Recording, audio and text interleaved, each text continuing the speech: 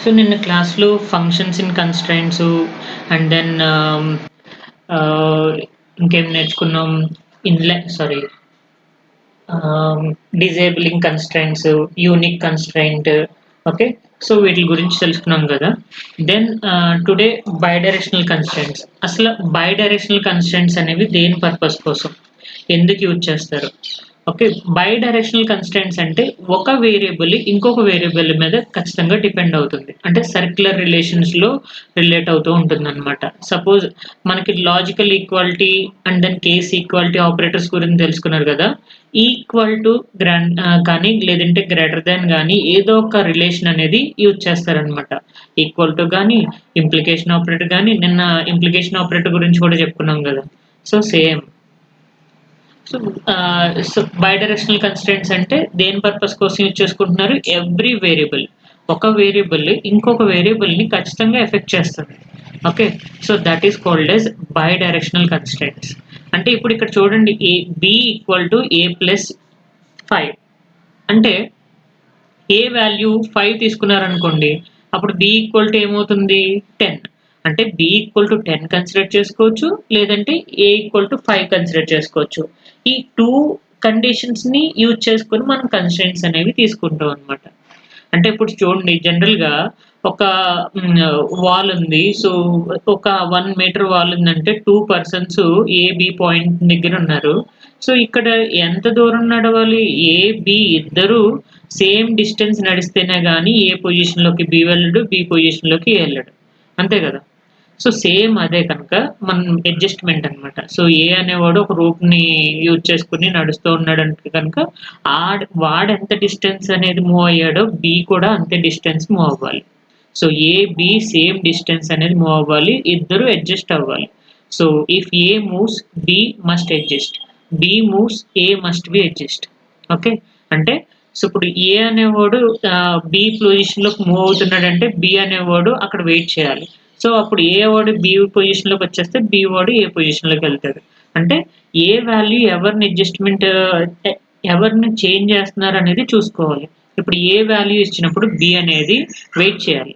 B value ఇచ్చినప్పుడు ఏ అనేది కూడా వెయిట్ చేయాలి. ఓకే.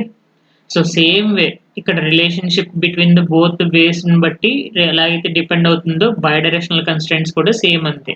అంటే ఇప్పుడు మీరు ఏదైతే కండిషన్ తీసుకున్నారో C equal to A plus some 10 అని చెప్పేసి కానీ, ఏ ఇంటూ 10 అని గాని మెన్షన్ చేసుకుంటే ఇప్పుడు ఏ ఈక్వల్ టు 2 తీసుకుంటే సి వాల్యూ ఎంత అవుతుంది? 20 అవుతుంది. సో సి వాల్యూ 20 తీసుకున్నా ఓకే.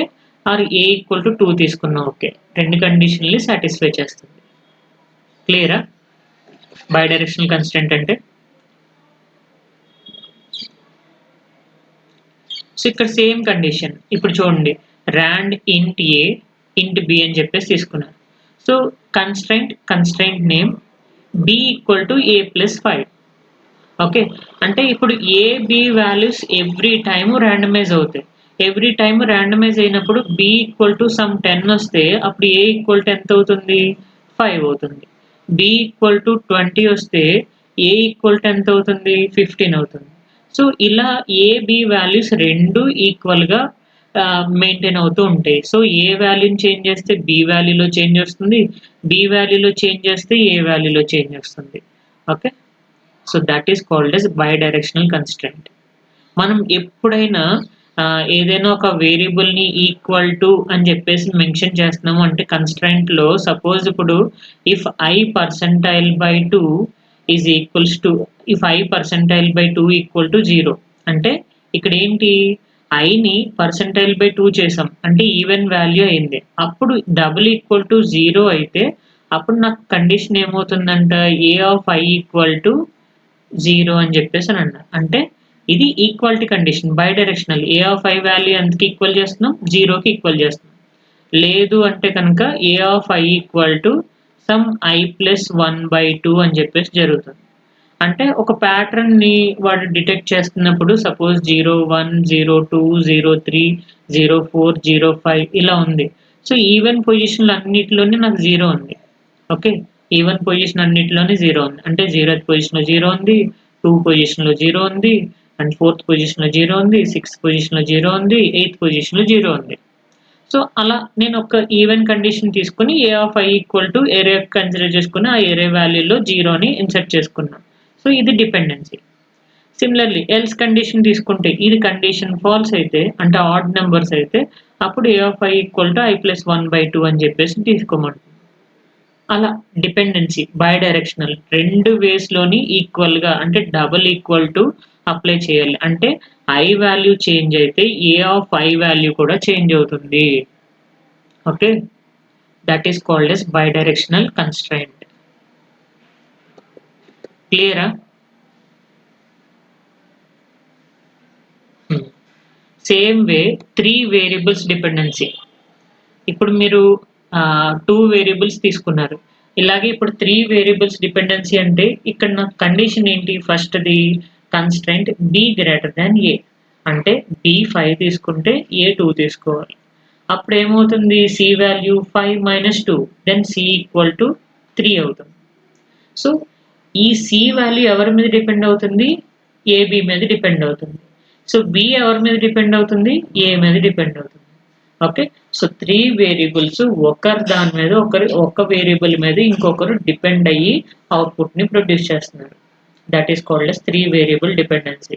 సో మీరు ఏదైనా కండిషన్ తీసుకోండి, సపోజ్ ఇంప్లికేషన్ ఆపరేటర్ తీసుకోండి. సో ఇంప్లికేషన్ ఆపరేటర్ ఏంటి? So A implies 5. Okay, suppose implication operator మనం ఏం తీసుకుంటాం? సపోజ్ ఏ ఈక్వల్ టు 5 అని చెప్పేసి ఇంప్లికేషన్ ఆపరేటర్ ఇక్కడ కండిషన్ ఏదో తీసుకోండి, B greater than some C అని చెప్పేసి, లేదంటే B greater than C plus 5. ఇలా కండిషన్ తీసుకుంటే ఈ కండిషన్ ట్రూ అయితేనే B greater than C plus 5 అవ్వాలి. అంటే బి వాల్యూ అనేది సి ప్లస్ 5 కన్నా ఎక్కువ ఉండాలి. Okay, that is the relation. Okay, or c less than b less than c plus 5.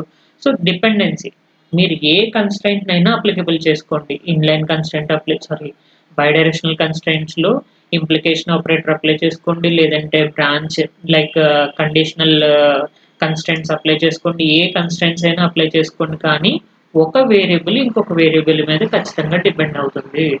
That is called as bidirectional constraint. Okay, so then multiple bidirectional constraints. Multiple అంటే same పైన ఉన్న కన్స్ట్రైంటే multiple variables ఎలా అయితే constraints లో depend అయిందో same అలానే multiple bidirectional constraints అంటే ఇక్కడ చూడండి వాల్యూ 1, వాల్యూ 2, వాల్యూ 3 అని చెప్పేసి తీసుకున్నాను. ఇప్పుడు నేను ఏం చేస్తున్నాను? సేమ్ కండిషన్ ఏ గ్రేటర్ దాన్ బి అని చెప్పేసి ఎలా తీసుకున్నాను? వాల్యూ 1, వాల్యూ 2 అని చెప్పేసి కండిషన్ చెక్ చేసుకున్నాను. చెక్ చేసుకున్న తర్వాత value 3 equal to value 2 minus value 1. Same condition ఇక్కడ ఏబిసి తీసుకున్నాం.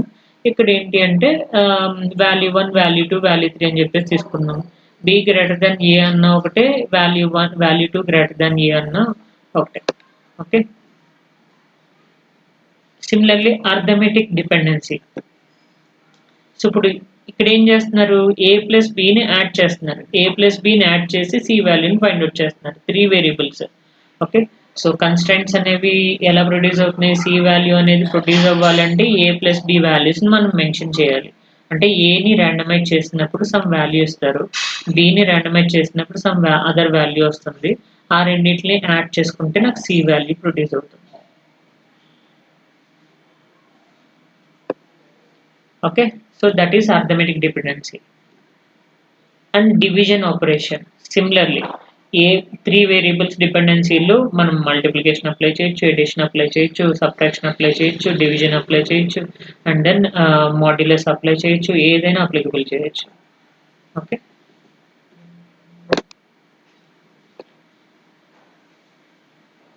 Now bidirectional constraint with implication operator. చెప్పాను కదా, ఇంప్లికేషన్ ఆపరేటర్ తీసుకుంటే కనుక మీరు ఎనేబుల్ పిన్ అనేది కన్సిడర్ చేసుకున్నారు. ఇఫ్ ఎనేబుల్ పిన్ హై అయితే మీకు వాల్యూ అనేది లెస్ దాన్ 100 రావాలి. లేదు ఎనేబుల్ పిన్ లో అయితే మీ వాల్యూ అనేది కన్స్ట్రైంట్స్ అనేది అప్లికబుల్ కాదు. అప్లికబుల్ కానప్పుడు 0 నుంచి ఎంత నెంబర్ అయినా రావచ్చు. ఓకే, సో 0 నుంచి ఇక్కడ డిపెండ్ అపాన్ వాల్యూ యొక్క రేంజ్ అంతా 0 నుంచి 255. సో 0 నుంచి 255 రేంజ్లో ఏదైనా వాల్యూ రావచ్చు. ఓకే, ఎనేబుల్ 1 అయినప్పుడు మాత్రం ఖచ్చితంగా నా వాల్యూ ఎంత ఉండాలి, 0 నుంచి 100 లోపులోనే ఉండాలి. అర్థమైందా? సో మనం ఎప్పుడైనా ఒక కన్స్ట్రైంట్ ని అప్లికబుల్ చేస్తున్నాము అని అంటే కనుక ఆ కన్స్ట్రైంట్ ఫెయిల్ అయితే ఏదైనా వాల్యూ రావచ్చు. అది విత్ ఇన్ ద రేంజ్ లో రావచ్చు, అవుట్ ఆఫ్ ద రేంజ్ లో రావచ్చు, లేదంటే సేమ్ రేంజ్ లోనే రావచ్చు. ఏదైనా వాల్యూ రావచ్చు మీకు. Same way bidirectional enum, bidirectional with enum. Okay, so అంటే బైడైరెక్షనల్ కన్స్ట్రైంట్ లో ఈనం డేటా టైప్ ని మీరు కన్సిడర్ చేసుకుంటున్నారు. టైప్ డెఫ్ ఈనం లో అండ్ హై, హ్యాండిల్ వచ్చేసరికి మోడ్ టీ. ఓకే, ఈ మోడ్ టీ అనే దాని మీద డిపెండ్ అయ్యి సో దీనికి ఒక హ్యాండిల్ మీరు కన్సిడర్ చేసుకోండి. మోడ్ టీకి మోడ్ అని చెప్పేసి, అంటే ఇక్కడ నేను దేని మీద డిపెండ్ అవుతున్నాను, మోడ్ మీద డిపెండ్ అవుతున్నాను. మోడ్ వాల్యూని అసైన్ చేస్తేనే అప్పుడు నాకు ఇంప్లికేషన్ ఆపరేటర్ అనేది అప్లికబుల్ అవుతుంది. అంటే మోడ్ ఈక్వల్ టు లో కానీ హై కానీ ఏదో ఒకటి ఖచ్చితంగా అవ్వాలి. ఈ రెండు కాని పక్షాన నాకు ఏదైనా వాల్యూ ప్రొడ్యూస్ అవ్వచ్చు. అంటే ఒక కండిషన్ ఏమో వాల్యూ లెస్ దాన్ 50 తీసుకున్నారు, అది ఇప్పుడు లో వాల్యూ తీసుకుంటే, మోడ్ అనేది లో తీసుకుంటే మీకు వచ్చే వాల్యూస్ 0 నుంచి 50 లోపలనే ఉంటుంది. అదే మీ మోడ్ వచ్చేసరికి హై అనేది ఎనేబుల్ అయింది అనుకోండి, హై అయితే 200 కన్నా అబోవ్, అంటే 201 నుంచి ఎంతైనా రావచ్చు. సో 201 నుంచి ఇన్ఫినిటీ నెంబర్ వరకు రావచ్చు. డిపెండ్స్ అపాన్ మనం తీసుకునే బిట్ లెంత్. ఇప్పుడు ఇక్కడ వాల్యూ అనేది ఎంత తీసుకున్నారు, ఇంటీజర్ తీసుకున్నారు.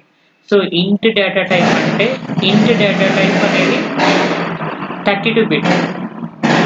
ఓకే, సో 32 బిట్ అంటే 2 పవర్ 32 రేంజ్ వాల్యూస్ అనేవి జనరేట్ అవ్వాలి. క్లియర్?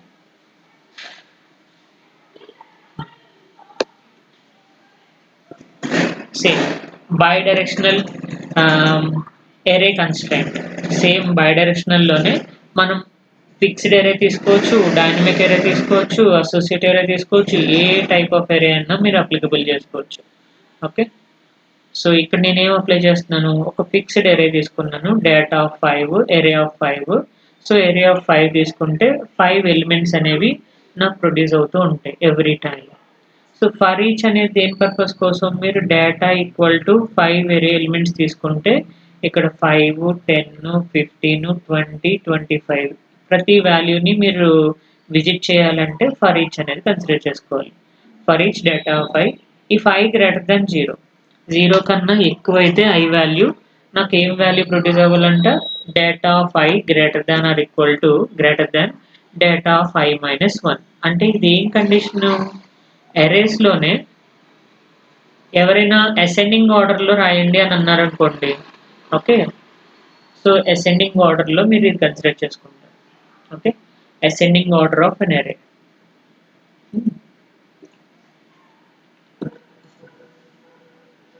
ప్రీవియస్లీ ఈవెన్ నెంబర్స్ ఎలా అయితే రాసామో సేమ్ అలానే ఇప్పుడు నాకు ఎరేస్ అన్ని అసెండింగ్ ఆర్డర్లో ప్రింట్ అవ్వాలి. అసెండింగ్ ఆర్డర్లో ప్రింట్ అవ్వాలంటే డేటాలో ఉన్న వాల్యూస్ అన్ని అసెండింగ్ ఆర్డర్లో ప్రింట్ అవుతూ ఉంటాయి. Data of i greater than or equal to data of i minus 1. అంటే కన్స్ట్రైంట్ యొక్క కండిషన్ రాస్తే సరిపోతుంది మనం. అండ్ దెన్ మాడ్యూల్ టీబీ ఎలాగో కామన్ కదా, మీరు ఇక్కడ మాడ్యూల్ ఎంత రాస్తారు, just module TB test bench, మీ క్లాస్ నేమ్ ఏంటి, ప్యాకెట్. సో ప్యాకెట్ పీకేటీ తీసుకుంటారు, initial begin. Okay, PKT equal to new, memory create చేస్తారు. Then so repeat 10 times repeat చేసుకోండి.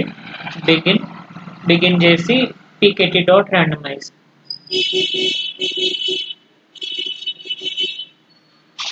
పీకేటీ డాట్ ర్యాండమైజ్ చేస్తారు. ర్యాండమైజ్ చేసిన తర్వాత dollar display.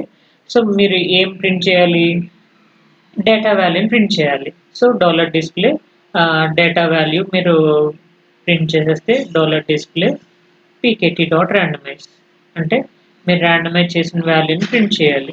So పీకేటీ dot randomise అనే దాన్ని ప్రింట్ చేసేస్తే ర్యాండమైజ్డ్ వాల్యూస్ అనేవి అన్నీ ప్రింట్ అవుతాయి. ఓకే, క్లియరా? సో సేమ్ వే మనం నిన్న యూనిక్ కన్స్టెంట్ గురించి చెప్పాం. యూనిక్ కన్స్టెంట్ అంటే ఎవ్రీ టైమ్ నాకు డిఫరెంట్ వాల్యూస్ ప్రొడ్యూస్ అవ్వాలి, సేమ్ నెంబర్స్ అయితే రిపీట్ అవ్వకూడదు. So that is unique constant.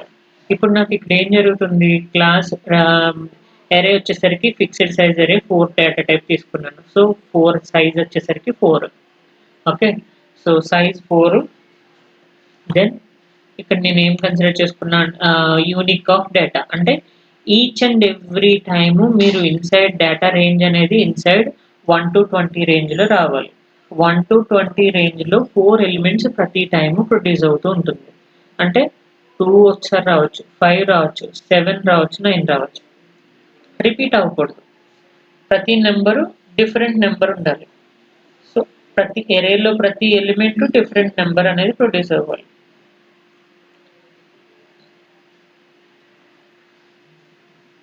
Okay, అర్థమైందా?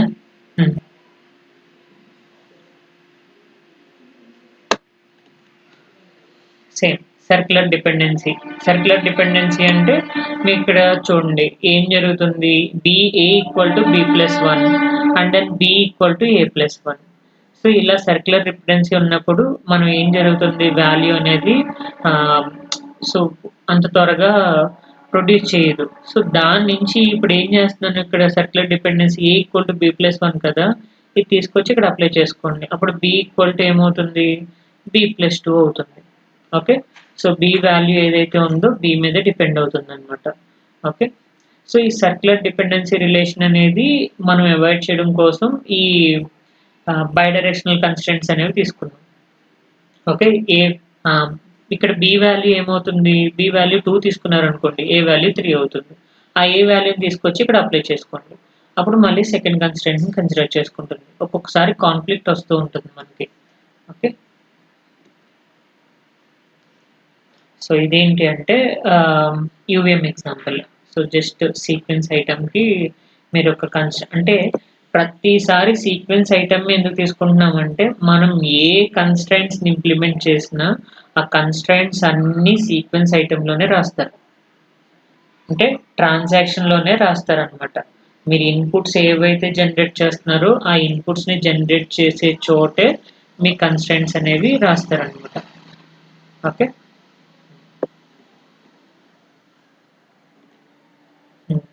చూడండి ఏం చేస్తుంది.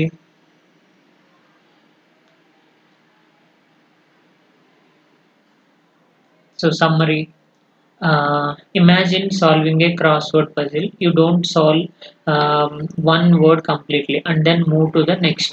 Instead of every horizontal word helps to determine the vertical words. Okay, so అంటే bidirectional constraints లో కూడా సేమ్ అదే కండిషన్ మనం డిఫైన్ చేస్తున్నాం. ఏ ఈక్వల్ టు బి అని చెప్పేసి, ఏ ఈక్వల్ టు B+5 అని చెప్పేసి, లేదంటే బి ఈక్వల్ టు A+10 అని చెప్పేసి డిపెండెంట్ ఉంది. అంటే ఈ వాల్యూ సాల్వ్ చేస్తే ఈ వాల్యూ సాల్వ్ అవుతుంది, లేదు దీన్ని సాల్వ్ చేస్తే ఏ వాల్యూ సాల్వ్ అవుతుంది. ఓకేనా, అది. సో మనకి ఇక్కడ అవుట్పుట్ అనేది ఫైనల్గా సొల్యూషన్ అనేది ఏం జరుగుతుంది, so all world fit together simultaneously. అంటే ప్రతి వేరియబుల్ మీరు ఒకేసారి అప్లై చేసినప్పుడు 2 వేరియబుల్స్ అడ్జస్ట్మెంట్ అయ్యి ప్రతి దాన్ని ఫిట్ చేస్తుంది అనమాట. ఓకే, సో ఒకసారి ఎగ్జిక్యూషన్ చూడండి program bidirectional constraint.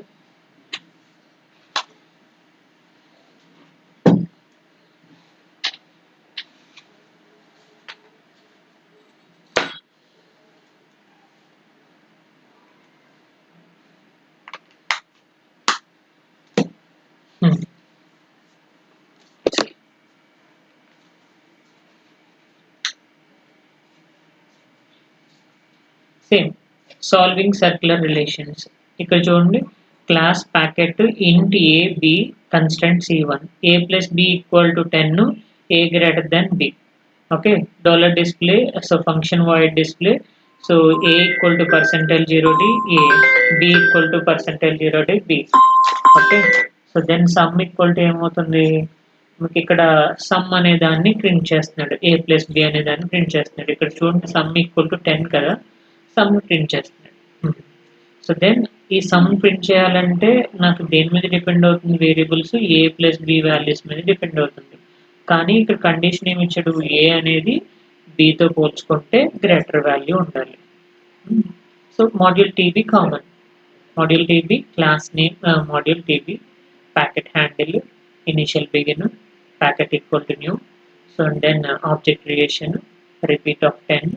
So if packet dot randomize అయితే డిస్ప్లే చేస్తుంది, ఓకే, లేదంటే కనుక randomization failure వస్తుంది. So else $display randomization failure.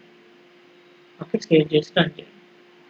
So every time మీకు ఏ వాల్యూ అనేది బితో పోల్చుకుంటే హయ్యర్ వాల్యూ రావాలి. మీరు ఎన్నిసార్లు రిపీట్ చేశారో అన్ని టైమ్స్ హయ్యర్ వాల్యూనే వస్తుంది. ఇక్కడ చూడండి, ఏ వాల్యూ ఏమో పాజిటివ్ వాల్యూ తీసుకున్నాడు, సేమ్ అదే value B value negative, so కొంచెం నెగిటివ్ వాల్యూ తీసుకున్నాడు. Okay, so then sum equal to 10 అవుతుంది. ఈచ్ అండ్ ఎవ్రీ టైమ్ 10 రావాలి సమ్ వాల్యూ. అలానే మీకు గుర్తుపెట్టుకోండి, సమ్ ఈక్వల్ టు 10 అంటున్నాము, వాళ్ళు అడుగుతారు write a constraint to generate sum of the array values equal to 100 అను లేదంటే 20 అను, సో 200 అను చెప్తారు. ఓకే, సో దెన్ ఇక్కడ a plus b equal to 10 అని తీసుకున్నాం కదా. సో ఇలా 2 వేరియబుల్స్, ఇది 2 నెంబర్స్ తీసుకుని దాని సమ్ ఈక్వల్ టు 10కి డిఫైన్ చేసుకున్నాం. అలానే array ఆఫ్ నెంబర్స్ తీసుకోవాలి, array ఆఫ్ నెంబర్స్ తీసుకుని సమ్ ఈక్వల్ టు 100 అని చెప్పేసి డిఫైన్ చేసుకోవాలి. Okay, array dot some equal to 100 అని చెప్పేసి డిఫైన్ చేసుకుంటే దెన్ మీకు array ఎలిమెంట్స్ ఎన్ని తీసుకున్నా అన్ని ఎలిమెంట్స్ కి వాల్యూ వచ్చేసరికి సమ్ వచ్చేసరికి 100 వస్తుంది. క్లియరా? So just sum of a array అని చెప్పేసి క్యాలిక్యులేట్ చేయమంటారు. అలా ఇక్కడ సమ్ వచ్చేసరికి A greater than B in condition check చేసుకుంటుంది. Every time A plus B add చేసినప్పుడు 10 వస్తుంది. ఓకే, దెన్ ఇక్కడ చూడండి bidirectional constraint with, so ఫస్ట్ది A plus B C equal to B equal to A plus 5.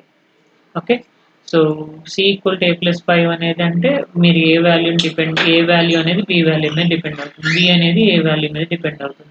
So A value ఎంత ఇచ్చారో దానికి రిలేటెడ్గా బి వాల్యూ ప్రొడ్యూస్ అవుతుంది. సో 5 టైమ్స్ రిపీట్ చేశారు. Then int A equal to, so different values అనేవి produce అయ్యాయి. మీరు ఇంటీజర్ ఇక్కడ నెంబర్ ఏదైనా తీసుకుని దాని విడ్త్ మెన్షన్ చేశారనుకోండి, సో విడ్త్ వచ్చేసరికి some 4 down to some 3 down to 0 అని చెప్పేసి తీసుకోండి. ఓకే, సో 3 డౌన్ టు 0 తీసుకుంటే అప్పుడు మీకు చిన్న నెంబర్స్ వస్తాయి.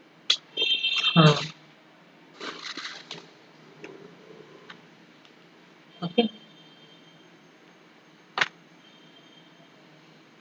అంటే రేంజ్ వచ్చేసరికి 16 వరకే పాసిబిలిటీ ఉంటుంది. అప్పుడు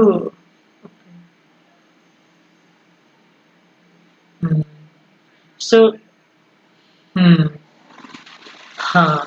ఇక్కడ లాజిక్ బిట్ కానీ మనం తీసుకోవాలి. ఇంటీజర్కి వచ్చేసరికి ఇక్కడ సో వీటిని అలా చేయట్లేదు అని చెప్పేసి అంటే. ఓకే, సో బిట్ తీసుకున్నాం అనుకోండి, మ్యాక్సిమం అందుకే మనం ఎప్పుడైనా వెరిఫై చేసేటప్పుడు 2 స్టేట్ డేటా టైప్స్ని మనం కన్సిడర్ చేసుకుంటాం. 2 స్టేట్ డేటా టైప్స్ అంటే బిట్స్ కానీ లాజిక్ కానీ. ఇప్పుడు చూసారా, A equal to 6, B equal to 11. Okay, so అంటే ఏ వాల్యూ 6 అయితే B value 11. Then A value ఆబ్వియస్గా బి వాల్యూ అనేది ఆబ్వియస్గా ఏ వాల్యూ మీద డిపెండ్ అవుతుంది. అర్థమైందా?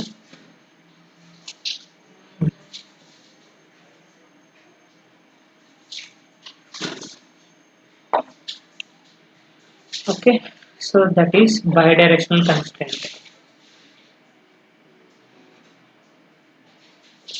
అండ్ సేమ్ అలానే ఇప్పుడు bidirectional constraint A value B value మీద డిపెండ్ అయింది, బి వాల్యూ ఏ వాల్యూ మీద డిపెండ్ అయింది. అయితే ఇప్పుడు నాకు ఏ వాల్యూకి ఫస్ట్ వాల్యూ అనేది అసైన్ చేయాలి, అంటే ఏ వేరియబుల్కి ఫస్ట్ వాల్యూ అనేది అసైన్ చేయాలి. సో ఆ వాల్యూ అసైన్ చేసిన తర్వాతే రెండో దాన్ని క్యాలిక్యులేట్ చేయండి అని చెప్పేసి అంటుంది అనమాట.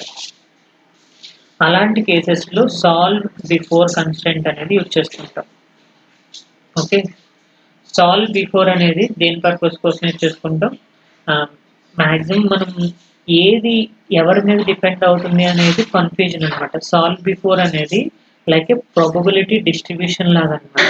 ప్రాబబిలిటీ డిస్ట్రిబ్యూషన్ అంటే మీరు 2 కాయిన్స్ టాస్ చేస్తే 4 పాసిబిలిటీస్ వస్తే head, head, head, tail, tail, head, tail, tail అని చెప్పేసి ఎలా అయితే మనం డిఫైన్ చేస్తామో ఇక్కడ కూడా సాల్వ్ బిఫోర్ కన్స్ట్రెయింట్ అనేది ఒక వేరియబుల్ ఫస్ట్ వేరియబుల్ని సాల్వ్ చేసిన తర్వాతే నెక్స్ట్ వేరియబుల్ని సాల్వ్ చెయ్యి. ఓకే, సో అలాగా మీరు ప్రాబబిలిటీ డిస్ట్రిబ్యూషన్ ఫంక్షన్ని అప్లికబుల్ చేస్తారు. Okay, so it's actually related to probability distribution, not legality. అంటే లీగాలిటీ అంటే ఇప్పుడు ఏం జరుగుతుంది, ఏ ఏని సాల్వ్ చేసిన తర్వాత బీని ఎందుకు సాల్వ్ చేయాలి, బీని సాల్వ్ చేసిన తర్వాత ఏని సాల్వ్ చేయొచ్చు కదా అని చెప్పేసి మనం డౌట్ రావచ్చు. కొన్ని కొన్ని సార్లు మనకి అడ్రస్ అసైన్ అయితేనే డేటా రావాలి అని చెప్పేసి అంటాం. అడ్రస్ అసైన్ చేయకుండా డేటా అనేది వచ్చేస్తుంది అంటే అక్కడ ప్రోటోకాల్ని వైలేట్ చేస్తున్నట్టు అనమాట. అలాంటి కేసెస్లో నేను ఏదైనా వాల్యూని ఫైండ్ అవుట్ చేయాలి అంటే కనుక మనం సాల్వ్ బిఫోర్ కన్స్టెంట్ అనేది వచ్చేసుకుంటాం. ఓకే, సో అంటే ఫస్ట్ వేరియబుల్ని అడ్రస్ని అసైన్ చేసిన తర్వాతే సెకండ్ డేటాని తెచ్చుకుంటుంది. సో డేటాని రిట్రైవ్ చేసుకుంటుంది ఆర్ లేదంటే డేటాని ప్లేస్ చేస్తుంది. That is the solve before constant. అర్థమైందా? So it does not change legality, it's only change the probability distribution. Okay, మీకు ఏది సాల్వ్ చేయాలి అనే దాన్ని మాత్రమే కాన్సన్ట్రేట్ చేస్తుంది, ఎవరికి ప్రయారిటీ ఇవ్వాలనే దాని మీదే కాన్సన్ట్రేట్ చేస్తుంది, అంతేగాని ఎవరిని తక్కువ చేసినట్టు చేయదు. అంటే మీరు ఏ వాల్యూని ఎగ్జిక్యూట్ చేయకుండా బీని ఎందుకు ఎగ్జిక్యూట్ చేస్తున్నారు, బీని ఎగ్జిక్యూట్ చేయకుండా ఏ వాల్యూని ఎందుకు ఎగ్జిక్యూట్ చేస్తున్నారు అనేది ఇది చూడదన్నమాట. ఓకే, సాల్వ్ బిఫోర్ అంటే ఒక వేరియబుల్ని మీరు సాల్వ్ చేయమన్నారు ఫస్ట్ ఎవరికన్నా వేరే వేరియబుల్ కన్నా, సో దానికి హైయెస్ట్ ప్రయారిటీ ఇస్తుంది. ఓకే, చూడండి ఇక్కడ why do we need solve before అంటే ఎందుకు సాల్వ్ బిఫోర్ అనేది మనకు కావాలి. వితౌట్ సాల్వ్ బిఫోర్ తీసుకుంటే కనుక మీకు ఇక్కడ చూడండి rand bit enable and then some data అనేది కన్సిడర్ చేసుకుంటున్నాను, డేటా 7 down to 0. ఇప్పుడు కన్స్టెంట్లో వచ్చేసరికి మీరు constraint C constraint name if enable pin అనేది 1 అయితే నాకు డేటా ఇన్సైడ్ 0 to 100 రావాలి. ఓకేనా, ఇది నార్మల్ కన్స్టెంట్. ఇప్పుడు నేనేం చెప్తున్నా, ఇక్కడ మీకు ఏం జరుగుతుంది, ఎనేబుల్ పిన్ 1 అయితేనే అడ్రస్ అనేది ఇన్సైడ్ ద రేంజ్ ఉండాలి. అదే ఎనేబుల్ పిన్ 0 అయితే ఏమవుతుంది, 0 అయితే మీకున్న రేంజ్ ఎంత, 0 నుంచి 255 రేంజ్లో ఏ వాల్యూ అయినా ప్రొడ్యూస్ అవ్వచ్చు. సో అదే చెప్తున్నాడు, వెన్ ఎనేబుల్ ఈక్వల్ 0 అయితే when enable is 0 then 0 to 255 values ఏదైనా వాల్యూ రావచ్చు. అదే ఎనేబుల్ 1 అయితే ఖచ్చితంగా మీకు వాల్యూ రేంజ్ అనేది 0 to 100 రేంజ్లోనే ఉండాలి. Okay, so without solve before అయితే కనుక solver tends to favour of enable equal to 0. అంటే మనం సాల్వ్ బిఫోర్ అనేది యూజ్ చేయకపోతే కనుక ఎనేబుల్ అనేది 0 అనే దానికి ఎక్కువ ప్రిఫరెన్స్ ఇస్తూ ఉంటుంది. ఎందుకంటే 255 వాల్యూస్ ఉన్నాయి ఇక్కడ, 256 పాసిబిలిటీస్, అంటే 0 నుంచి 255 వరకు ఏదైనా వాల్యూ ప్రొడ్యూస్ అవ్వచ్చు. ఎనేబుల్ 1 అనే దానికి కొంచెం తక్కువ ప్రయారిటీ ఉంటుందన్నమాట. సో అందుకు మీరు ఏం చేస్తున్నారు ఇక్కడ, ఎనేబుల్ అనేది ఖచ్చితంగా నాకు ఆన్ అవ్వాలి. ఓకే, ఖచ్చితంగా ఆన్ అవ్వాలి, ఆన్ అయితేనే నా కన్స్టెంట్ వాల్యూస్ అనేవి ఇన్సైడ్ 0 to 100 రేంజ్లో ఉండాలి. ఓకేనా, సో అలాంటి కేసెస్లో మనం సాల్వ్ బిఫోర్ అనేది యూజ్ చేసుకుంటాం. And then because it provides more solutions, this is called as solution space bias. అర్థమైందా, మీరు సాల్వ్ బిఫోర్ వాడకపోవడం వల్ల ఎనేబుల్ 0కి హైయెస్ట్ ప్రాబిలిటీ డిస్ట్రిబ్యూషన్ ఇచ్చేసింది. ఎందుకు అంటే 0కి ఎక్కువ పాసిబిలిటీ ఛాన్సెస్ ఉన్నాయి, 0 to 255 ఛాన్సెస్ ఉన్నాయి. సో అందుకని దానికి సొల్యూషన్ ప్రొవైడ్ చేస్తుంది. అదే మీరు సాల్వ్ బిఫోర్ అనేది కన్సిడర్ చేసుకుంటే, సో వితౌట్ సాల్వ్ బిఫోర్ అయితే మీకు ఏదైనా వాల్యూ ప్రొడ్యూస్ అవ్వచ్చు. అదే విత్ సాల్వ్ బిఫోర్ అయితే కనుక ఖచ్చితంగా ఎనేబుల్ 1 అవ్వాలి. ఓకే, సో నా ప్రాబబిలిటీ డిస్ట్రిబ్యూషన్లో ఎనేబుల్ 1 అయితేనే నాకు వాల్యూస్ ప్రొడ్యూస్ అవుతాయి. 1 కాని పక్షాన ఏదైనా వాల్యూ తీసుకోవచ్చు. అర్థమైందా? ఇది కండిషన్ కన్స్ట్రైంట్. సాల్వ్ ఎనేబుల్ 1 అయితేనే డేటా దగ్గరికి వెళ్ళండి. అప్పుడు డేటా అనేది రేంజ్ ఎంత ఉందంట 0 నుంచి 100 రేంజ్లో ఉంది. అది అర్థమైందా? సేమ్ ఇదే కన్స్ట్రైంట్. వితౌట్ సాల్వ్ బిఫోర్ అయితే just constraint if enable data inside 100 అంతే, డన్. సో అప్పుడు మనకి కన్స్ట్రైంట్ ఫాలో అయితే వాల్యూ ఇన్సైడ్ 100లో వస్తుంది, లేదంటే లేదు, డిఫరెంట్ వాల్యూస్ని ప్రొడ్యూస్ చేస్తుంది. అదే ఇక్కడ అయితే అలా కాదు, ఖచ్చితంగా ఎనేబుల్ అనేది 1 అవుతుంది. 1 అయినప్పుడు వాళ్ళ డేటా అనేది ఇన్సైడ్ ద రేంజ్ అనేది 0 to 100 లోపలనే ఉంటుంది. అది okay. Similarly two variable dependency. ఏం జరుగుతుంది ఇక్కడ? ఏ అనేది బి మీద డిపెండ్ అవుతుంది. సో ఏ అనేది బి మీద డిపెండ్ అవుతున్నప్పుడు ఏ లెస్ దాన్ బి అని చెప్పేసి తీసుకున్నాం. అంటే మీరు ఇక్కడ ఏం జరగాలి, ఫస్ట్ ఏ వాల్యూని అసైన్ చేయాలి, ఆ తర్వాతే బి దగ్గరికి వెళ్ళాలి. సాల్వ్ ఏ బిఫోర్ బి అంటే ఏ వాల్యూ 5 తీసుకుంటే బి వాల్యూ 2 అవుతుంది. అప్పుడు so 5 less than 2, okay, sorry 5 less than 12. So 5 less than 12 తీసుకుంటే అప్పుడు మీకు 5 కన్నా 12 పెద్దది, అంతే కదా. కొన్ని సార్లు ఏం జరుగుతుంది చెప్పాను కదా, ఎక్సెల్ అడ్రస్ని మీరు క్యాలిక్యులేట్ చేసేటప్పుడు, సో డేటాని క్యాలిక్యులేట్ చేసేటప్పుడు మీరు అడ్రస్ అనేది ఖచ్చితంగా పెట్టాలి. సో ఇక్కడ చూడండి ఏం చేస్తాను నేను, ఏ క్లాస్ ఏఎక్స్ఐ ఐటమ్, ఇక్కడ అడ్రస్ అనేది అప్లై చేశాను. ఓకే, అడ్రస్ అనేది ఇచ్చినప్పుడు అడ్రస్ అనేది దేని మీద డిపెండ్ అవుతుంది, బర్స్ట్ లెంత్ మీద డిపెండ్ అవుతుంది.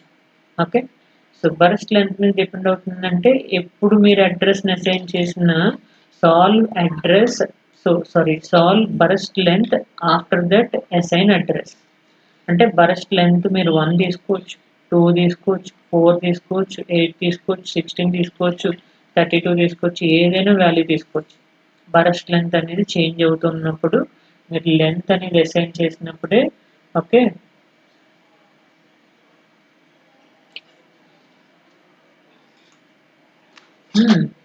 సో బర్స్ట్ లెంత్ అసైన్ చేసినప్పుడే మీకు అడ్రస్ అనేది అసైన్ అవ్వాలి. ఎందుకంటే అడ్రస్ అనేది అలైన్డ్ అడ్రస్ అవ్వాలి అంటే సో అది మల్టిపుల్స్ ఆఫ్ 4లో ఉండాలి. అందుకని బర్స్ట్ లెంత్ అనేది వీడు అసైన్ చేసిన తర్వాతే అడ్రస్ అనేది అసైన్ చేస్తాడు. సో వితౌట్ సాల్వ్ బిఫోర్ అయితే burst length occurs more than often, అంటే మనకి ఏదైనా యూజువల్గా తీసుకునే దానికన్నా ఎక్కువ వాల్యూస్ ప్రొడ్యూస్ అయ్యే ఛాన్సెస్ ఉంటుంది. అదే మీరు సాల్వ్ బిఫోర్ తీసుకుంటే కనుక బర్స్ట్ లెంత్ ఏదైతే వాల్యూ ఇచ్చారో ఆ వాల్యూని బట్టే అడ్రస్ అనేది అసైన్ అవుతూ ఉంటుంది. Okay, solve burst length before అడ్రస్ని సాల్వ్ చేసేది ముందు బర్స్ట్ లెంత్కి వాల్యూ అసైన్ చేయండి. Okay, that is the probability, fair probability. Same అలానే ఈనం సెలెక్షన్, ఈనం లెంత్, ఈనంలో మీరు లో మిడ్ హైడ్ అంటే మోడ్ మీద డిపెండ్ అవ్వాలి. ఫస్ట్ మీరు మోడ్కి ఒక పర్టికులర్ వాల్యూ ఇచ్చిన తర్వాతే వాల్యూని అసైన్ చేయండి. సేమ్ ఇక్కడ అలాగే అడ్రస్ అనేది ఎప్పుడు అసైన్ చేయాలి, బర్స్ట్ లెంత్ అనేది ముందు మీరు అసైన్ చేసిన తర్వాతే ఆ తర్వాత అడ్రస్ని అసైన్ చేయండి అని చెప్పేసి అన్నారు కదా. సేమ్ అదే కేసు ఇక్కడ ఏంటంటే ఈనంలో డిఫరెంట్ నేమ్స్ని మనం కన్సిడర్ చేసుకుంటున్నాం. లో కానీ, మిడ్ కానీ, హై కానీ ఏదైనా మనం కన్సిడర్ చేసుకోవచ్చు. ఓకే, సో ఇక్కడ చూడండి, if mode equal to low then value inside 0 to 50. Okay, మీ మోడ్ లో అయినప్పుడు వాల్యూ ఇన్సైడ్ 0 to 50. ఇక్కడ ఖచ్చితంగా మోడ్ని ఫస్ట్ సాల్వ్ చేస్తుంది, ఆ తర్వాత వాల్యూస్ని ఇస్తుంది. So mode equal to mid అయితే వాల్యూ ఇన్సైడ్ 51 to 150. అదే మోడ్ ఈక్వల్ టు హై అయితే వాల్యూస్ అనేవి 51 to 151 to 255. అంటే సో ఇవి ఎందుకు అంటే మీరు ఎప్పుడైనా కవరేజెస్లో క్యాలిక్యులేట్ చేసినప్పుడు బిన్స్ ఇస్తూ ఉంటారు. బిన్స్కి అడ్రస్ రేంజ్ వచ్చేసరికి 0 నుంచి 255 రేంజ్ వరకు ఉంటుంది. సో దాన్ని వాళ్ళు ఏం చేస్తారంటే డిఫరెంట్ అడ్రసెస్ కింద స్ప్లిట్ చేసుకుంటారు. లో అడ్రస్ అని, ఓకే, మిడ్ అడ్రస్ అని, okay, and then high address అని చెప్పేసి డిఫైన్ చేసుకుంటారు. సేమ్ వే ఎర్రర్ అడ్రస్ అని, ఓకే, ఆర్ మ్యాక్స్ అడ్రస్ అని, అండ్ మినిమం అడ్రస్ అని ఇలా అసైన్ చేసుకుంటారు.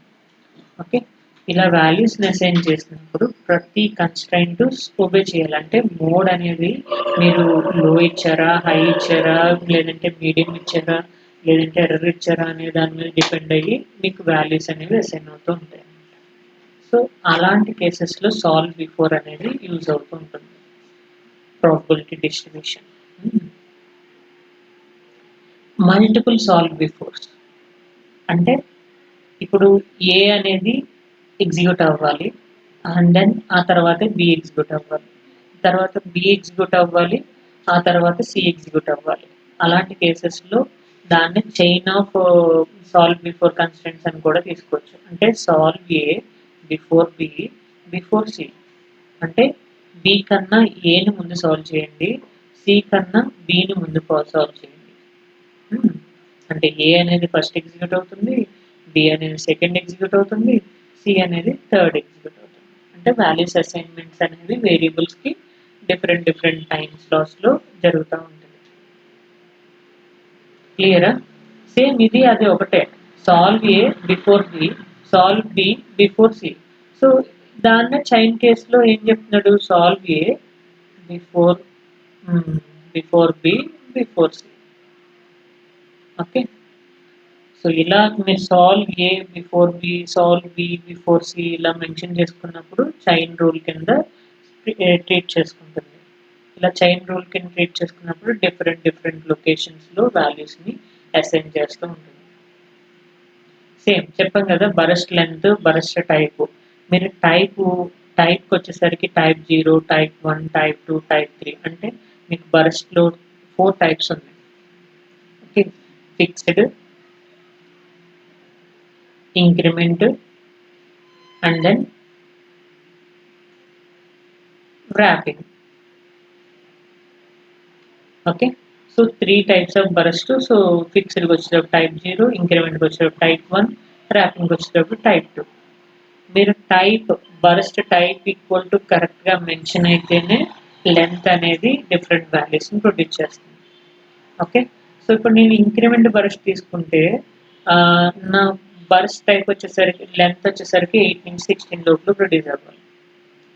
లేదు ఫిక్స్డ్ బరస్ట్ తీసుకుంటే సో లెంత్ వచ్చేసరికి 0, 1, 2, 4 అనేది ప్రొడ్యూస్ అవ్వాలి. అదే ర్యాపింగ్ బరస్ట్ తీసుకుంటే ఓకే, లెంత్ వచ్చేసరికి 32, 64 రేంజ్లోనే ఉండాలి. అంటే ఆ రెండు వాల్యూసే ప్రొడ్యూస్ అవ్వాలి. సేమ్ అలానే solve before distributional constant, solve before plus distribution constant. అంటే మీరు డిస్ట్రిబ్యూషనల్ కన్స్టెంట్స్ దేనికి అప్లై చేస్తున్నారు, ఒక వాల్యూని మీరు fixed number of times execute చేయాలి అని అనుకుంటే కనుక దెన్ సాల్వ్ బిఫోర్ అనేది డిస్ట్రిబ్యూషనల్ కన్స్టెంట్ అనేది యూజ్ చేసుకుంటారు, రైట్? సో లోకి వచ్చేసరికి వాల్యూ అసైన్ ఎంత చేశారు, 40 ఇచ్చారు. మిడ్కి వచ్చేసరికి అంటే ఈ రెండింటికి ఈక్వల్ ప్రయారిటీ ఉంటుంది.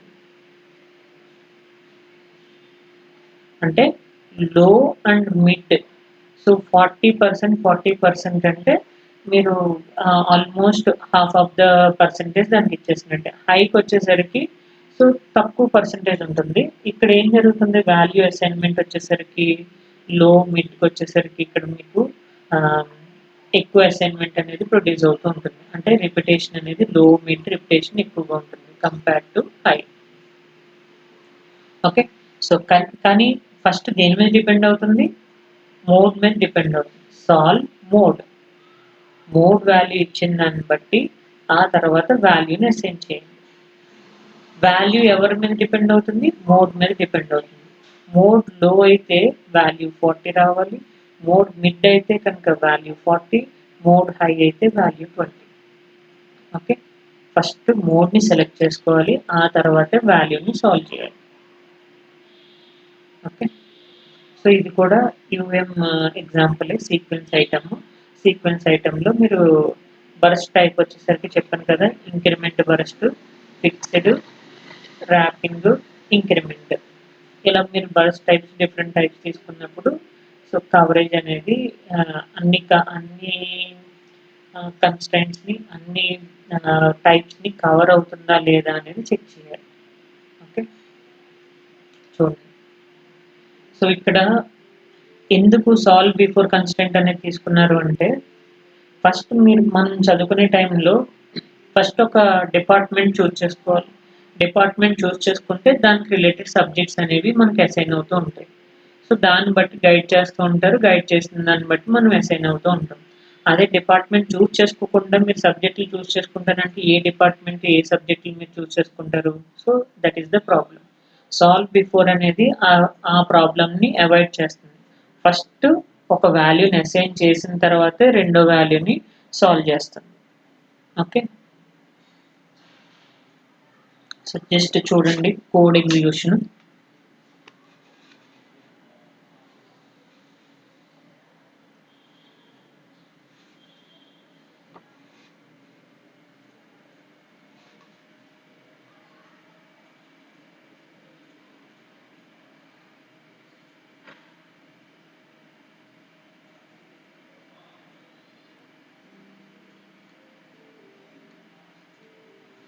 చూడండి same solve before assignment. First last ఉన్న ప్రోగ్రామ్ చూద్దాం. So type def enum type తీసుకున్నా. సో హ్యాండిల్ వచ్చేసరికి mode T. Okay, class packet. So type డెఫ్ని మీరు క్లాస్ బయట కూడా రిప్రజెంట్ చేసుకోవచ్చు. హ్యాండిల్ ద్వారా క్లాస్ లోపల మీరు కాల్ చేసుకుంటారు. Rand mode. So mode T యొక్క handle name mode. Okay, so rand bit 7 down to 0 value. Okay, so వాల్యూని అసైన్ చేసుకున్నారు. Constant solve mode before value. So మోడ్ని సాల్వ్ చేయండి, మోడ్ని వాల్యూని అసైన్ చేయండి, ఆ తర్వాత వాల్యూకి వాల్యూ అసైన్ చేయండి. సో సేమ్ అలాగే మోడ్ డిస్ట్రిబ్యూషన్ కన్స్టెంట్ లో తీసుకుంటే 40 వాల్యూ వస్తుంది, 40%. మిడ్ తీసుకుంటే 40%, హై తీసుకుంటే 20. Okay, so then so function void display just displaying the mode value. So mode వచ్చేసరికి మనకి constant what is that name కదా, సో నేమ్ కాబట్టి స్ట్రింగ్ తీసుకున్నాం. Okay, %0x. Okay, and then dollar display value equal to %0t. Then end class module TB common కదా, so TB class name, class handle, initial begin, object creation, repeat 20 times, assert packet dot randomize, randomization assert అయిన తర్వాత display చేయండి, end function. So లేదు if packet dot randomize తీసుకుంటే dollar display packet dot display తీసుకోవచ్చు, else condition randomization failure అని చెప్పేసి తీసుకోవచ్చు. Okay, so just save చేసి రన్ చేయండి.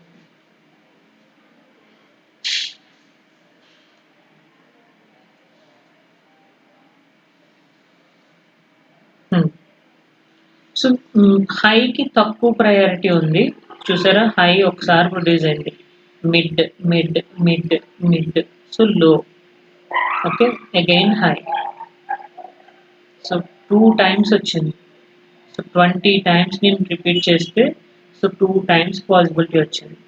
మిగతా 18 times లోకి మీడియంకి హైయెస్ట్ ప్రయారిటీ ఇచ్చింది. That is the solve before constant. దాంట్లో డిస్ట్రిబ్యూషనల్ కన్స్టెంట్ అప్లై చేసాం కదా, డిస్ట్రిబ్యూషనల్ కన్స్టెంట్ అనేది ప్రయారిటీ బేస్డ్ మీద రిపీట్ అవుతూ ఉంటుంది. ఓకే,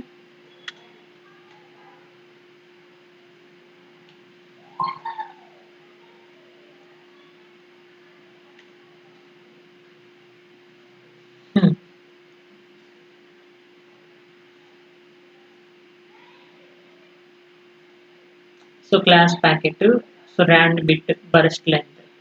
సో బర్స్ట్ లెంత్ని అసైన్ చేస్తున్నాను, అడ్రస్ని అసైన్ చేసుకున్నాను.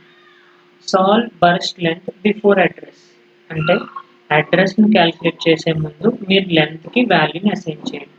Burst length inside 1 to 16. 1 to 16 లోపులోనే బరస్ట్ లెంత్ అనేది ఉంటుంది. ఇప్పుడు అడ్రస్ ఈక్వల్ టు దేని మీద డిపెండ్ అవుతుంది, బరస్ట్ లెంత్ మీద డిపెండ్ అవుతుంది. బరస్ట్ లెంత్ 1 వచ్చింది అనుకోండి, అడ్రస్ ఈక్వల్ టు 4 అవుతుంది. బరస్ట్ లెంత్ 16 వచ్చింది అనుకో, అడ్రస్ ఈక్వల్ టు 64 వస్తుంది. So function void display. So burst length వచ్చేసరికి %0d, అడ్రస్ కి %0d, then so constant, method, end class, module. ఒక మాడ్యూల్ కామన్. ఓకే, సో ఇక్కడ మీరు మాడ్యూల్ ఏం తీసుకుంటున్నారు, మాడ్యూల్ టీపీ, ప్యాకెట్ అనేది క్లాస్ నేమ్, హ్యాండిల్ వచ్చేసరికి PKT, initial begin, packet equal to new, memory creation or object creation, repeat of 10, begin. చూసారా previous కేసులో assert packet dot randomize అని చెప్పేసి వాడారు. ఇక్కడ ఏం చేశాడు, if packet dot randomize packet dot display and then else randomization failure. మీరు if condition వాడితే ఫెయిల్యూర్ కండిషన్ కూడా ప్రింట్ చేయాలి. ఇఫ్ కండిషన్ వాడకుండా డైరెక్ట్ అసెట్ వాడితే డైరెక్ట్గా వాల్యూ అనేది అసెట్ అయిపోతుంది. లేదంటే నార్మల్గా ప్యాకెట్ డాట్ ర్యాండమైజ్ అని వాడినా నో ప్రాబ్లం. ఓకే, 3 కేసెస్ మీరు ఏదైనా తీసుకోవచ్చు. ఓకే,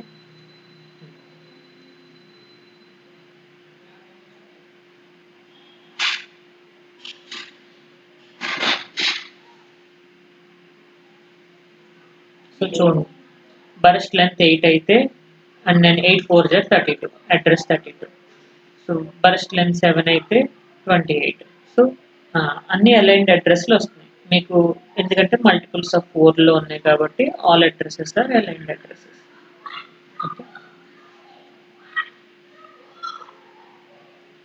అంతే, జస్ట్ డిస్ప్లే ఈ వాల్యూని ఆ వాల్యూని నేను స్ప్లిట్ సెపరేషన్ కోసం ఈ డాటెడ్ లైన్స్ పెట్టామంతే. అంతే, జస్ట్ డిస్ప్లే ఈ డాటెడ్ లైన్స్ అనేది మీకు అవుట్పుట్లో జస్ట్ కనిపిస్తుంది. ఇక్కడ చూడండి, ఒక లైన్ కంప్లీట్, ఇది ఫస్ట్ స్టార్టింగ్ చూస్తే మీకు ఫస్ట్ ఏమో ఎండింగ్ డాటెడ్ లైన్, తర్వాత రెండో దానికి మళ్ళీ స్టార్టెడ్ ఎండింగ్, రెండింటిని కంబైన్డ్గా కనిపిస్తుంది. ఓకే, లేదు మీరు ఒక డాటెడ్ లైన్ తీసుకున్నారనుకోండి, సో పైన ఒకటే ఫస్ట్ వస్తుంది, సరిపోతుంది.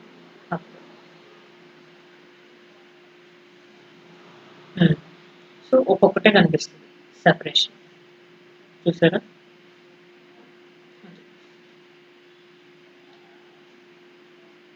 ఓకే, సో రిమైనింగ్ ప్రోగ్రామ్స్ మీరు ఎగ్జిక్యూట్ చేయండి.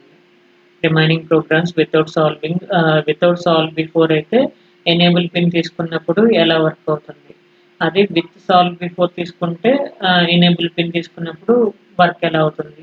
ఈ 2 కేసులు కూడా మీరు ఎగ్జిక్యూట్ చేయండి. రిమైనింగ్ కేసెస్ కాన్సెప్ట్స్ కూడా ఎగ్జిక్యూట్ చేయండి. Okay, solve before constraints and then remaining constraints అని.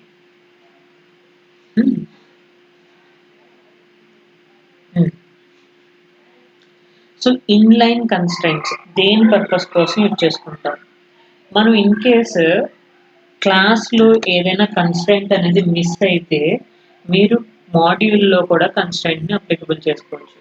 ఓకే,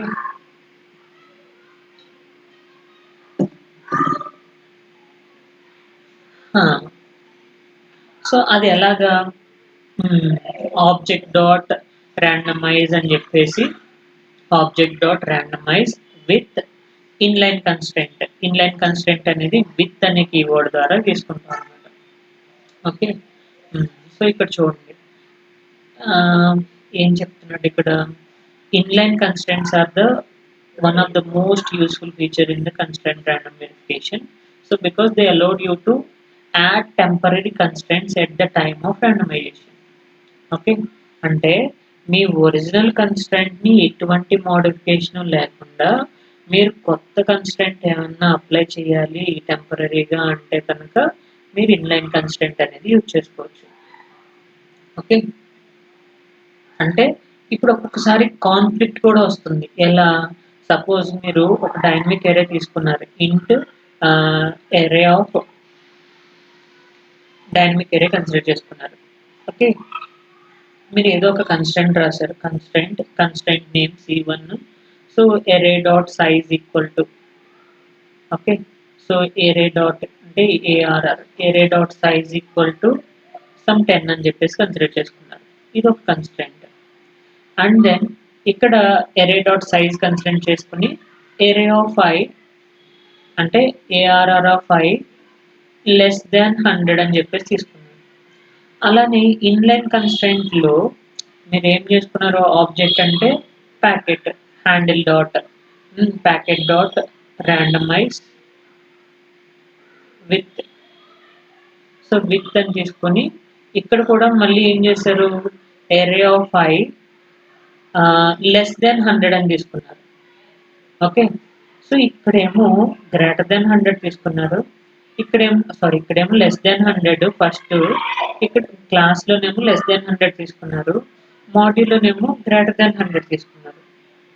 అలాంటి కేసెస్లో మనకు కాన్ఫ్లిక్ట్ వస్తుంది. ఓకే, కాన్ఫ్లిక్ట్ వచ్చి ర్యాండమైజేషన్ ఫెయిల్యూర్ అవుతుంది, మీ అవుట్పుట్ అనేది 0 అవుతుంది. ఓకే, సో ర్యాండమైజేషన్ ఫెయిల్యూర్ అవుతుంది. ఓకే, ర్యాండమైజేషన్ ఫెయిల్యూర్ అయితే మీకు అవుట్పుట్ అనేది 0 వస్తుంది. అలా అవుట్పుట్ 0 రాకుండా మీకు ఎటువంటి ప్రాబ్లం లేకుండా అవుట్పుట్ని ఎగ్జిక్యూట్ చేయాలి అని అంటే కనుక మీకు ఏ కన్స్ట్రైంట్ అయితే కావాలో ఆ కన్స్ట్రైంట్ని ర్యాండమైజ్ చేసుకోండి. ఏ కన్స్ట్రైంట్ అయితే అవసరం లేదో ఆ కన్స్ట్రైంట్ ముందు సాఫ్ట్ అనే కీవర్డ్ వాడండి. ఓకే, నాకు ఇక్కడ కన్స్ట్రైంట్ లెస్ దాన్ 100 అనేది నాకు ప్రింట్ అవ్వాలి అని అనుకుంటే కనుక ఇక్కడ సాఫ్ట్ కీవర్డ్ తీసేయండి, ఇక్కడ పెట్టండి. లేదు నాకు కన్స్ట్రైంట్ అనేది గ్రేటర్ దాన్ 0 అనేది గ్రేటర్ దాన్ 100 అనేది ప్రింట్ అవ్వాలి, అప్పుడు ఇక్కడ కన్స్ట్రైంట్ ఇక్కడ సాఫ్ట్ అనే కీవర్డ్ తీసేయండి, ఇక్కడ పెట్టండి. ఓకే, ఇన్లైన్ కన్స్ట్రైంట్లో మనకి ఏదైనా ఇన్లైన్ అనే కాదు ఎక్కడైనా కన్స్ట్రైంట్స్లో కనుక కాన్ఫ్లిక్ట్ వస్తే కనుక ఆ కాన్ఫ్లిక్ట్ రాకుండా మీకు ఏదైతే అవసరం లేదో ఆ అవసరం లేని కన్స్ట్రైంట్ని సాఫ్ట్ అనే కీవర్డ్ ద్వారా డిజేబుల్ చేసేయండి. ఓకేనా? సో ఇక్కడ చూడండి ఎనాలజీ ఏం చెప్తున్నాడు అంటే మనం ఉన్న మోడల్, ఇప్పుడు సపోజ్ మనం పిజ్జా షాప్కి వెళ్తాం, డామినోస్కి వెళ్ళినప్పుడు వాటి రెగ్యులర్ పిజ్జా ఉంటుంది, స్మాల్ పిజ్జా ఉంటుంది, మీడియం ఉంటుంది, లార్జ్ ఉంటుంది, ఏదైనా ఉంటుంది. కానీ టాపింగ్స్కి వచ్చేసరికి మనం ఇది నాన్ వెజ్ అనుకోండి మీరు చికెన్ చెప్తారు, లేదంటే వెజ్ అయితే మష్రూమ్ కానీ పన్నీర్ కానీ మీ ఇష్టం. సో రెగ్యులర్ రూల్స్ బట్టి మీరు అసైన్ చేసుకుంటూ ఉంటారు. కానీ ఒక్కొక్క కస్టమర్ ఏం చెప్తాడు, నాకు వెజిటేరియన్ పిజ్జానే కావాలి, టాపింగ్స్ వచ్చేసరికి మీడియం, నాకు సైజ్ వచ్చేసరికి మీడియం సైజ్ ఉండాలి, వెజిటేరియన్ పిజ్జాని మాత్రమే ఇవ్వాలి అని చెప్పేసి అని అంటారు. అప్పుడు మీరు ఏం చేయాలి, మీరు మెమరీ అంటే మీ మెనూని ఏమి రీరైట్ చేయలేరు కదా, ఉన్నదాన్నే అడ్జస్ట్మెంట్ చేసుకోవాలి. సేమ్ అలానే ఇన్లైన్ కన్స్ట్రైంట్ కూడా అలానే వర్క్ అవుతుంది. సో ఇక్కడ మీకు ఏం జరుగుతుంది, మీ మీ మెనూని ఏమి రీరైట్ చేయకుండా, పిజ్జా మెనూని ఏమి రీరైట్ చేయకుండా సింప్లీ అప్లై టెంపరరీ ఇన్స్ట్రక్షన్స్, అంటే ఆ కస్టమర్కి సంబంధించిన దాని ప్రకారం మీరు మేడ్ చేసి ఇచ్చేస్తారు, అంతే కదా. సో అలాగా ఇన్లైన్ కన్స్ట్రైంట్ అనేది అప్లికబుల్ చేస్తారంటే నార్మల్ కన్స్ట్రైంట్ని మీరు ఎటువంటి మార్పు చేయరు, అలానే ఉంచేస్తారు. సో టెంపరీగా మీకు వర్క్ అవ్వాలి అని అంటే కనుక ఒక ఇన్లైన్ కన్స్ట్రైంట్ తీసుకుని ఆ ఇన్లైన్ కన్స్ట్రైంట్ లోపల మీరు కన్స్ట్రైంట్ మీకు ఏం కావాలో ఆ కన్స్ట్రైంట్ని అప్లికబుల్ చేస్తారు. ఓకే, సో నార్మల్గా సో ఇన్లైన్ కన్స్ట్రైంట్స్ అనేవి water inline constraints, normal constraints ఎలా తీసుకుంటారు, object dot randomisation or item dot randomisation, అంతే కదా. సో ఆబ్జెక్ట్ డాట్ ర్యాండమైజ్ అని చెప్పేసి తీసుకుంటే మీ క్లాస్లో ఉన్న కన్స్ట్రైంట్స్ అన్నీ ర్యాండమైజ్ అవుతూ ఉంటాయి. అదే మీరు ఇన్లైన్ తీసుకుంటే సేమ్ ఇదే ఆబ్జెక్ట్ డాట్ ర్యాండమైజ్ తీసుకుంటారు, విత్ అనే కీవర్డ్ ద్వారా అడిషనల్ కన్స్ట్రెంట్ ఏమన్నా రాయాలంటే కనుక రాస్తారు. ఓకే, సో మీకు ర్యాండమైజేషన్ అయినప్పుడు మాత్రమే కన్స్ట్రెంట్స్ అన్ని అప్లికబుల్ అవుతూ ఉంటాయి. Okay, so object dot randomize with additional constraint, this is the basic syntax of inline constraint.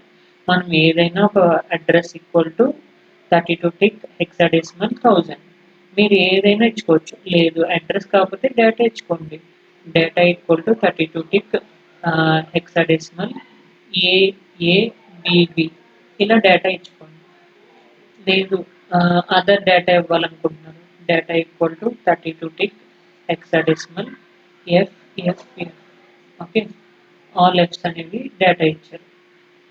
So ఏదైనా అడిషనల్ కన్స్ట్రెంట్ మనం ఇంప్లిమెంట్ చేయాలి క్లాస్లో మనం మర్చిపోయి, సో ఇంకొక కన్స్ట్రెంట్ అనేది ఇంప్లిమెంట్ చేయాలి, మీ కోడ్ని ఎటువంటి మోడిఫికేషన్ చేయకూడదు, టెంపరీగా ఈ కన్స్ట్రెంట్ వర్క్ అవ్వాలి అంటే మీరు ఇన్లైన్ కన్స్ట్రెంట్ తీసుకోండి. ఇన్లైన్ కన్స్ట్రెంట్ తీసుకుంటే అప్పుడు రెండింటికి వర్క్ అవుతుంది. ఓకే, సో అంటే ఇన్లైన్ కన్స్ట్రెంట్ పైన ఉన్న కన్స్ట్రెంట్ ఏమి రిమూవ్ చేసేయదు, అది తీసుకుంటుంది, ఈ కన్స్ట్రెంట్ ని కూడా ఎగ్జిక్యూట్ చేస్తుంది. ఓకే,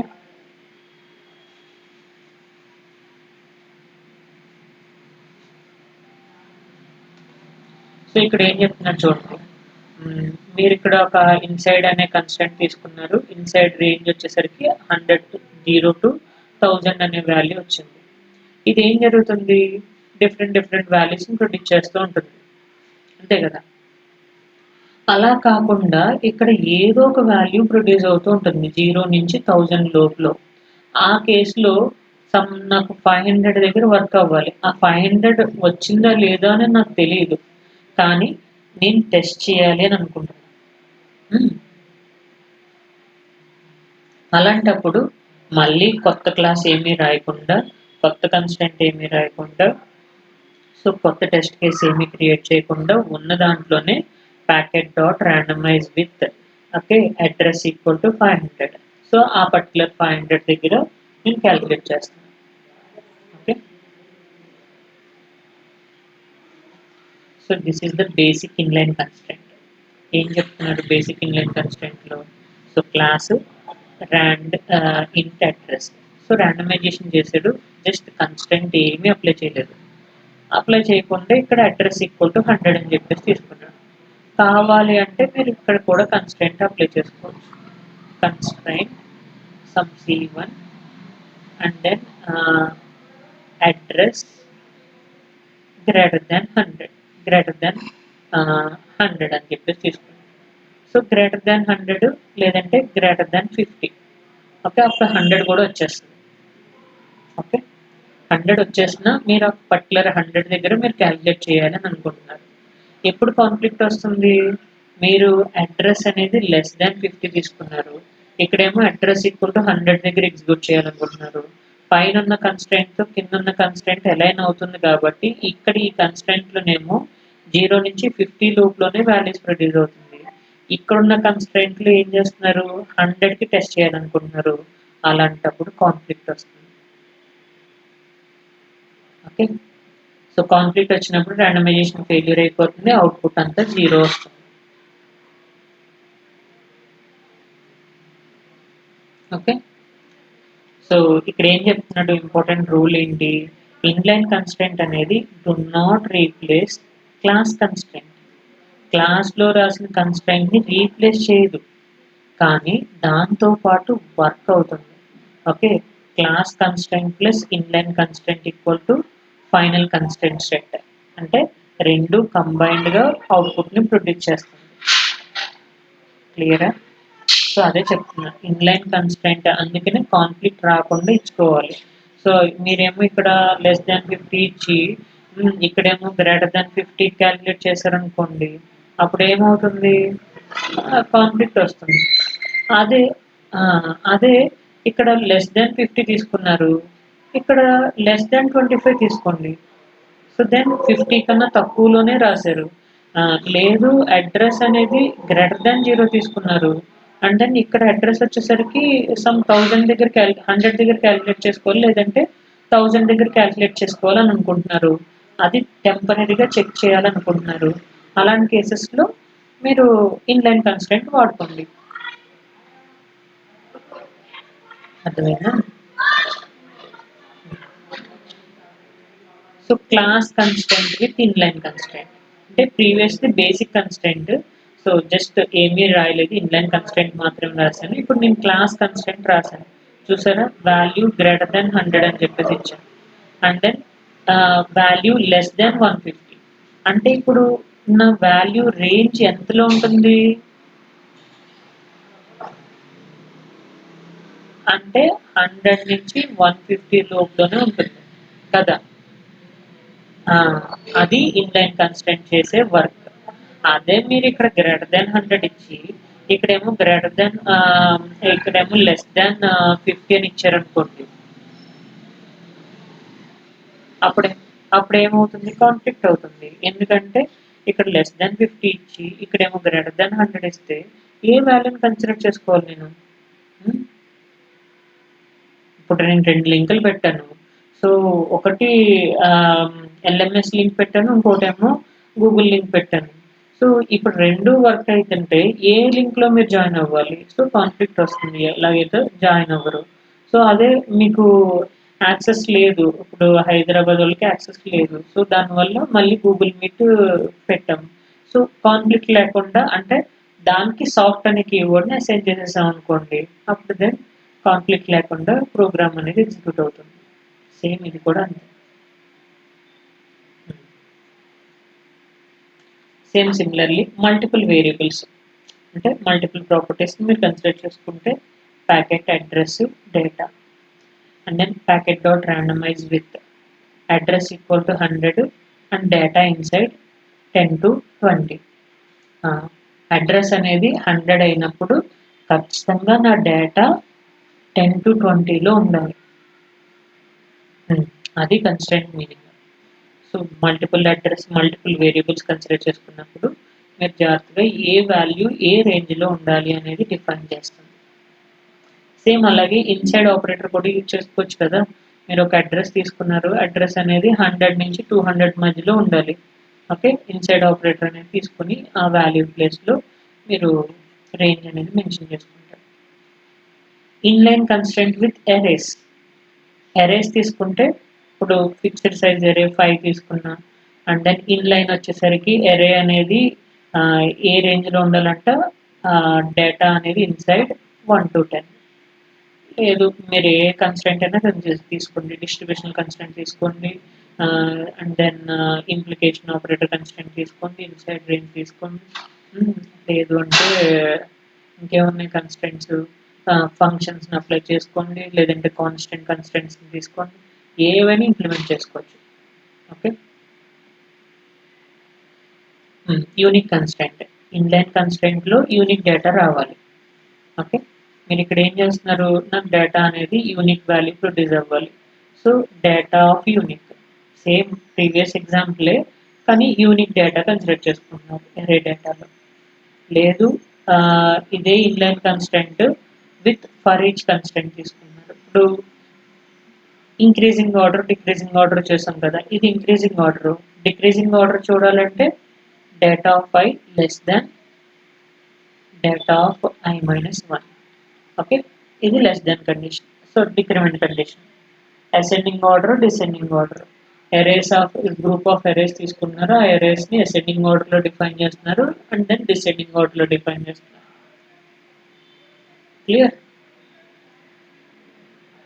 ఇన్లైన్ కన్స్ట్రెంట్లో యూనిక్ వాడారు, ఇంప్లికేషన్ ఆపరేటర్ వాడారు, ఓకే, ఫర్ ఈచ్ యూజ్ చేశారు, ఏవైనా ఇంప్లిమెంట్ చేసుకోవచ్చు ఒక కన్స్ట్రెంట్లో. డిపెండ్స్ అపాన్ ద సిచ్యువేషన్ బట్టి మీరు ఇన్లైన్ కన్స్ట్రెంట్లో డిఫరెంట్ వాల్యూస్ని డిఫరెంట్ కన్స్ట్రెంట్స్ని అప్లై చేస్తారు. Packet dot randomize with enable equal to value less than 100.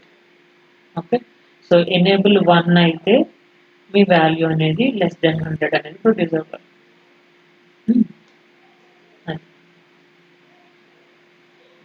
Same unique వాడాం, ఇక్కడ ఫర్ ఈచ్ వాడాం, ఇక్కడ డిస్ట్రిబ్యూషనల్. సో డిస్ట్రిబ్యూషనల్లో 0 అనే వాల్యూకి అంటే ర్యాండమైజ్ చేసిన తర్వాత వాల్యూకి 0 అనే దానికి హైయెస్ట్ ప్రయారిటీ ఇచ్చారు అండ్ దెన్ 1కి లోయెస్ట్ ప్రయారిటీ ఇస్తున్నారు. Okay, so 0 appears more than 1 అంతే కదా. 1 కేమో 20%, 0 కేమో 80%. ఈ రెండిట్లో ఎవరు ఎక్కువ ప్రొడ్యూస్ అవుతారు? 1 సారీ 0 ఎక్కువ ప్రొడ్యూస్ అవుతుంది. సేమ్ వే టైప్ డెఫ్ enum mode t so enum data type consider చేసుకున్నప్పుడు ఇక్కడ ఏం చేస్తున్నారు మోడ్ ఈక్వల్ టు హై అనేది అంటే ఇక్కడ నాకు 3 మోడ్స్ ఉన్నాయి ఈ మోడ్లో ఏదైనా రావచ్చు కానీ నేను ఇన్లైన్ కన్స్టెంట్లో మోడ్ ఈక్వల్ టు హై అనే దాన్ని మాత్రమే ఎగ్జిక్యూట్ చేయండి అని అంటున్నాను ఓకే ఒక పర్టికులర్ కండిషన్ని ఎగ్జిక్యూట్ చేసుకోవాలనుకున్నా మీరు ఇన్లైన్ కన్స్టెంట్ ద్వారా ఎగ్జిక్యూట్ చేసుకోవచ్చు ఓకే సో కాన్ఫ్లిక్ట్ ఎగ్జాంపుల్ చెప్పాను కదా కాన్ఫ్లిక్ట్ ఎప్పుడు వస్తుంది మీకు ఇక్కడ చూడండి వాల్యూ లెస్ దాన్ వాల్యూ గ్రేటర్ దాన్ 100 తీసుకున్నారు ఇక్కడేమో వాల్యూ లెస్ దాన్ 50 తీసుకున్నారు సో ఇక్కడ ఏం చేస్తున్నారు ఇన్లైన్ కన్స్టెంట్ లో వాల్యూ లెస్ దాన్ 50 తీసుకున్నారు normal constraint value greater than 100 తీసుకున్నారు అప్పుడు సాల్వర్ ఏం చూస్తాడు ఇది చూడాలా ఇది చూడాలా అలాంటప్పుడు ఇంపాసిబుల్ అవుట్పుట్ ఏమవుతుంది ర్యాండమైజేషన్ ఫెయిల్యూర్ అవుతుంది ర్యాండమైజేషన్ ఫెయిల్యూర్ అయితే అవుట్పుట్ ఏమొస్తుంది 0 వస్తుంది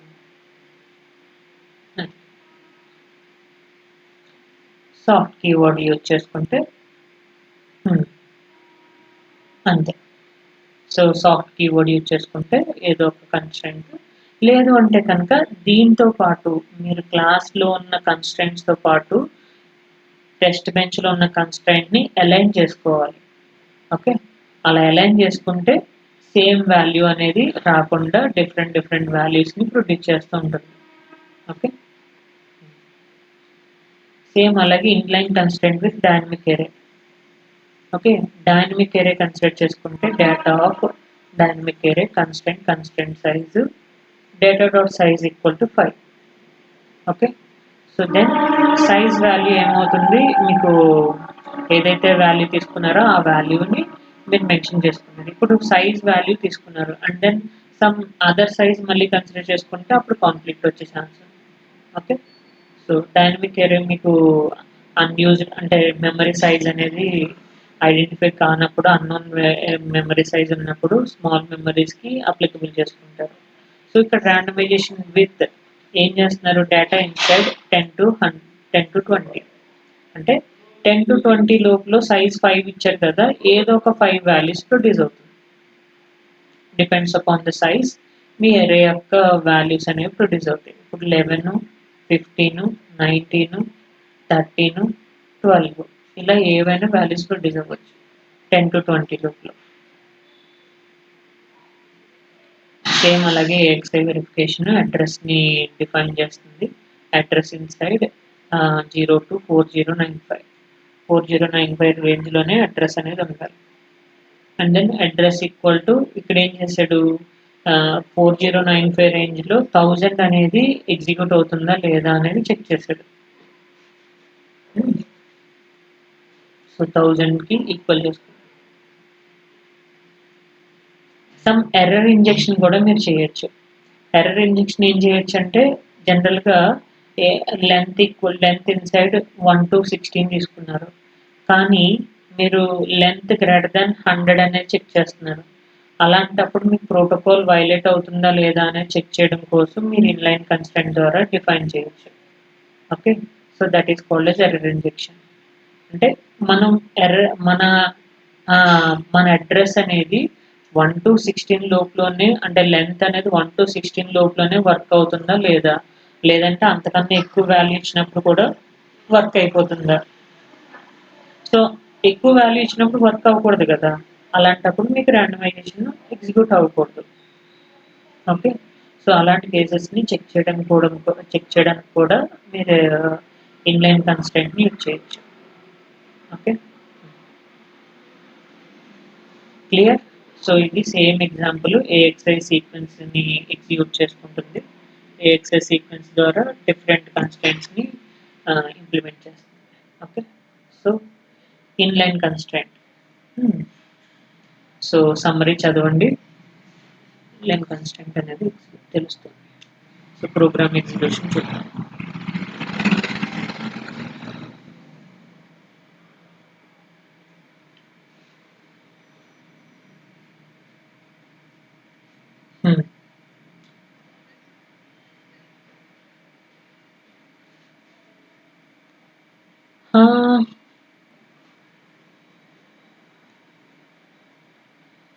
సో ఇలా డిఫరెంట్ ఎగ్జాంపుల్స్ని మీరు తీసుకొని ఎగ్జాంపుల్స్ని సాల్వ్ చేయాలి. Okay, every time. Class packet. So rand int data dynamic array consider చేసుకున్నారు. ఎరే సైజ్ వచ్చేసరికి 5 and then function void display for each data of 5 every వాల్యూని ప్రింట్ చేస్తుంది. Data of %0d equal to %0d i comma data of 5 అంటే మీ ఎరే size ఎంతైతే mention చేశారో అన్ని వాల్యూస్ని print చేయాలి కదా. సో అందుకని data of %0d equal to %0d i comma data of 5. Packet pkt initial begin pkt equal to new. So ఇక్కడ చూడండి, if pkt dot randomize with for each data of 5 data inside 10 to 20. So ఇక్కడ మీరు inline data size మాత్రమే తీసుకున్నారు, ఇక్కడ inside range ఏం mention చేయలేదు. Okay, and then ఇక్కడ 10 to 20 లోపల ఉండాలని చెప్పేసి డిఫైన్ చేశారు. లేదంటే సక్సెస్ అయితే కనుక ర్యాండమైజేషన్ సక్సెస్ అవుతుంది, లేదంటే ర్యాండమైజేషన్ ఫెయిల్యూర్ అవుతుంది. ఓకే,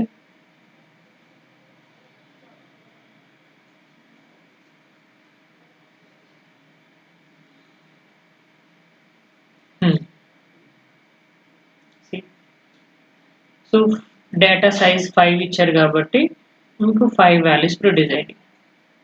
రేంజ్ అనేది 10 to 20 లోపలనే ఉంది. ఓకే, చేంజ్ అవ్వాలి.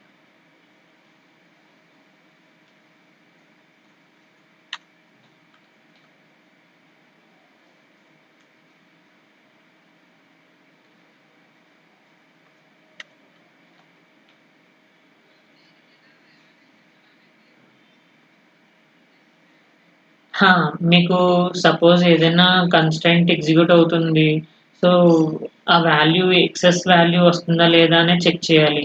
అలాంటి కేసెస్లో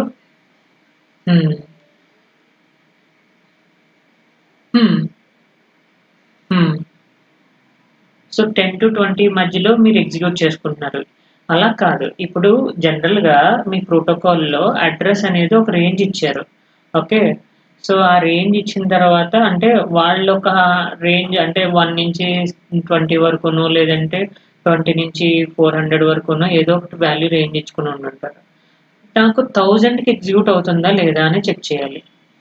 ఓకే, అలాంటి కేసెస్ని మీరు ఎగ్జిక్యూట్ చేసుకోవాలి. ఇప్పుడు ఇక్కడ చూడండి, అడ్రస్ ఈక్వల్ టు 100 అని చెప్పేసి అన్నారు, ఇంట్ అడ్రస్. సో ఇక్కడ మీరేం చేస్తున్నారు, లేదంటే ఒక అడ్రస్ రేంజ్ కన్స్టెంట్ రాసి ఇన్సైడ్ రేంజ్ ఇచ్చి, ఆ ఇన్సైడ్ రేంజ్ ఇచ్చిన తర్వాత ఇక్కడ మీరు అడ్రస్ ఈక్వల్ టు సో 1000కి ఎగ్జిక్యూట్ అవుతుందా లేదా, సో 100కి ఎగ్జిక్యూట్ అవుతుందా లేదా అని చెక్ చేసుకోవచ్చు. సో ఇక్కడ ఒక కన్స్టెంట్ రాసుకొని ఇప్పుడు సపోజ్ మీరు అన్నట్టే ఇక్కడ నేను ఏం చేశాను, ఇది డైనమిక్ ఎరే కదా, ఇలా కాదు.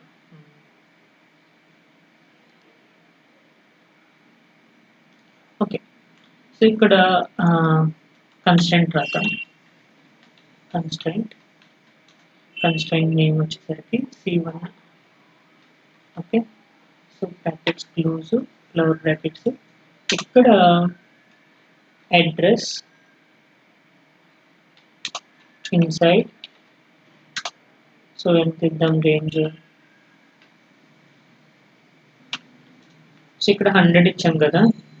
సో అడ్రస్ రేంజ్ వచ్చేసరికి మీకు inside 10 to okay, so then close brackets.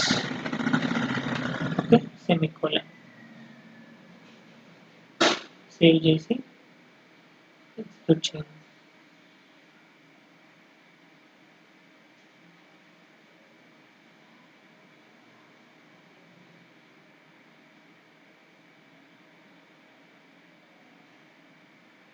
చూసారా, ఫెయిల్యూర్ అయింది. సో అడ్రస్ ఈక్వల్ టు 0 వచ్చింది. ఎందుకు, ఇక్కడ మనకి అవసరం లేదు కాబట్టి, అదే రేంజ్ ఇచ్చారు కాబట్టి. సో ఇప్పుడు మీరు ఇక్కడ సాఫ్ట్ అనే కీవర్డ్ యూజ్ చేశారు అనుకోండి, 10 to 50 రేంజ్లో ఉన్న అడ్రస్ మాత్రమే జనరేట్ అవుతుంది. సో అడ్రస్ ఈక్వల్ టు 43 వచ్చింది. ఒకసారి ప్రింట్ చేశారు, రిపీట్ ఏం వాడలేదు ఇక్కడ. సో మీరు కావాలంటే ఇక్కడ రిపీట్ యూజ్ చేసుకొని repeat some 5 okay, R5 or 10, anything, begin, and then so dollar display int.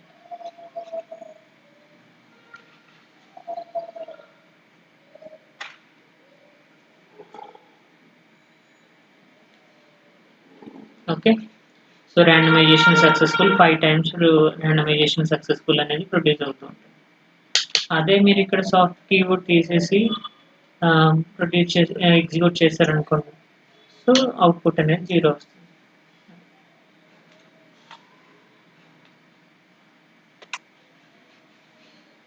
So ఇక్కడ చూపిస్తుంది చూసారా, randomization failed.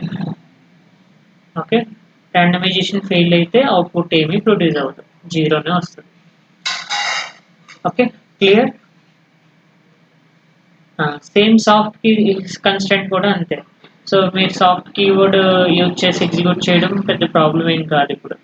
Okay, so same constraints different constraints use చేసుకున్నప్పుడు సాఫ్ట్ కీవర్డ్ అనేది మీరు ఓవర్ రైట్ చేసినప్పుడు ఫెయిల్యూర్ అయితే కనుక ఆ ఫెయిల్యూర్ అయ్యేదాన్ని మీరు సాఫ్ట్ అనే కీవర్డ్ ద్వారా పెడితే ఆ ఫెయిల్యూర్ randomization ఫెయిల్యూర్ని అవాయిడ్ చేస్తూ ఉంటుంది. ఓకే, సో ఇక్కడ ఏం చూడండి, అడ్రస్ ఇన్సైడ్ ఏమో 0 to 100 తీసుకున్నారు, ఇక్కడేమో అడ్రస్ ఇన్సైడ్ 500 to 600 తీసుకున్నారు. అలాంటప్పుడు కాన్ఫ్లిక్ట్ వస్తుంది, కాన్ఫ్లిక్ట్ అయితే randomization ఫెయిల్యూర్ అవుతుంది. సో అప్పుడు డిఫాల్ట్ కన్స్టెంట్గా కన్స్టెంట్ ఇగ్నోర్ చేసి అవుట్పుట్ 0 వచ్చేస్తుంది.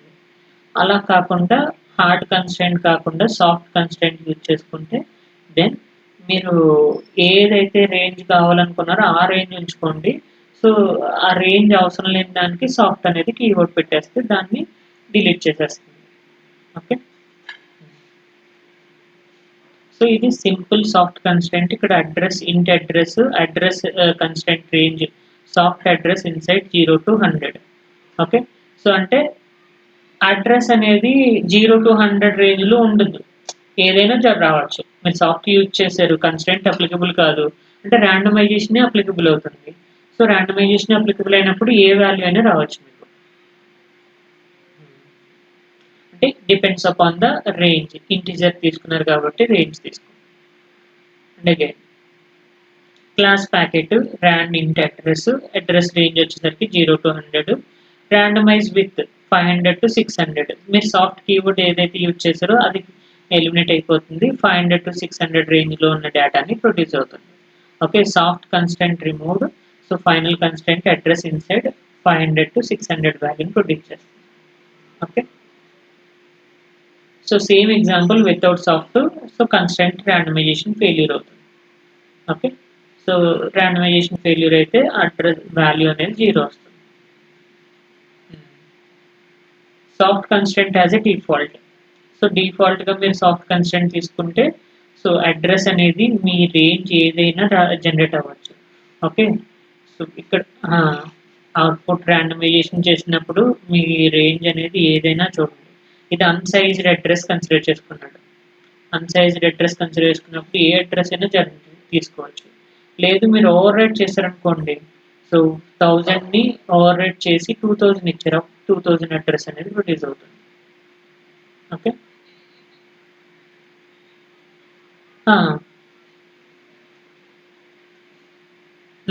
అంతే.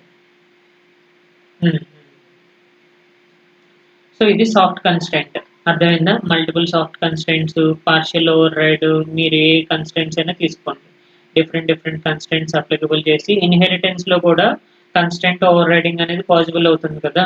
So constraint overriding possible అయినప్పుడు మీరు క్లాస్ ఇన్హెరిటెన్స్ ఎవరికైతే పేరెంట్ క్లాస్ ఉందో ఆ పేరెంట్ క్లాస్లో సాఫ్ట్ కీవర్డ్ అప్లై చేసేస్తే దెన్ చైల్డ్ క్లాస్ యొక్క కన్స్టెంటే ఎగ్జిక్యూట్ అవుతుంది.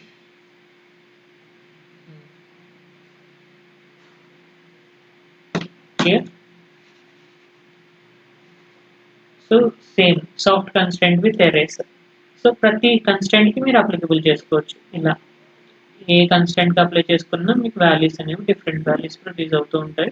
సో సాఫ్ట్ కీవర్డ్ ఎప్పుడైతే యూజ్ చేశారో ఆ వాల్యూ జనరేట్ అవ్వాలి. Okay,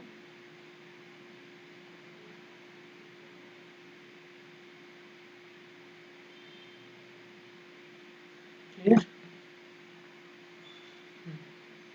So this is the soft keyword constraint.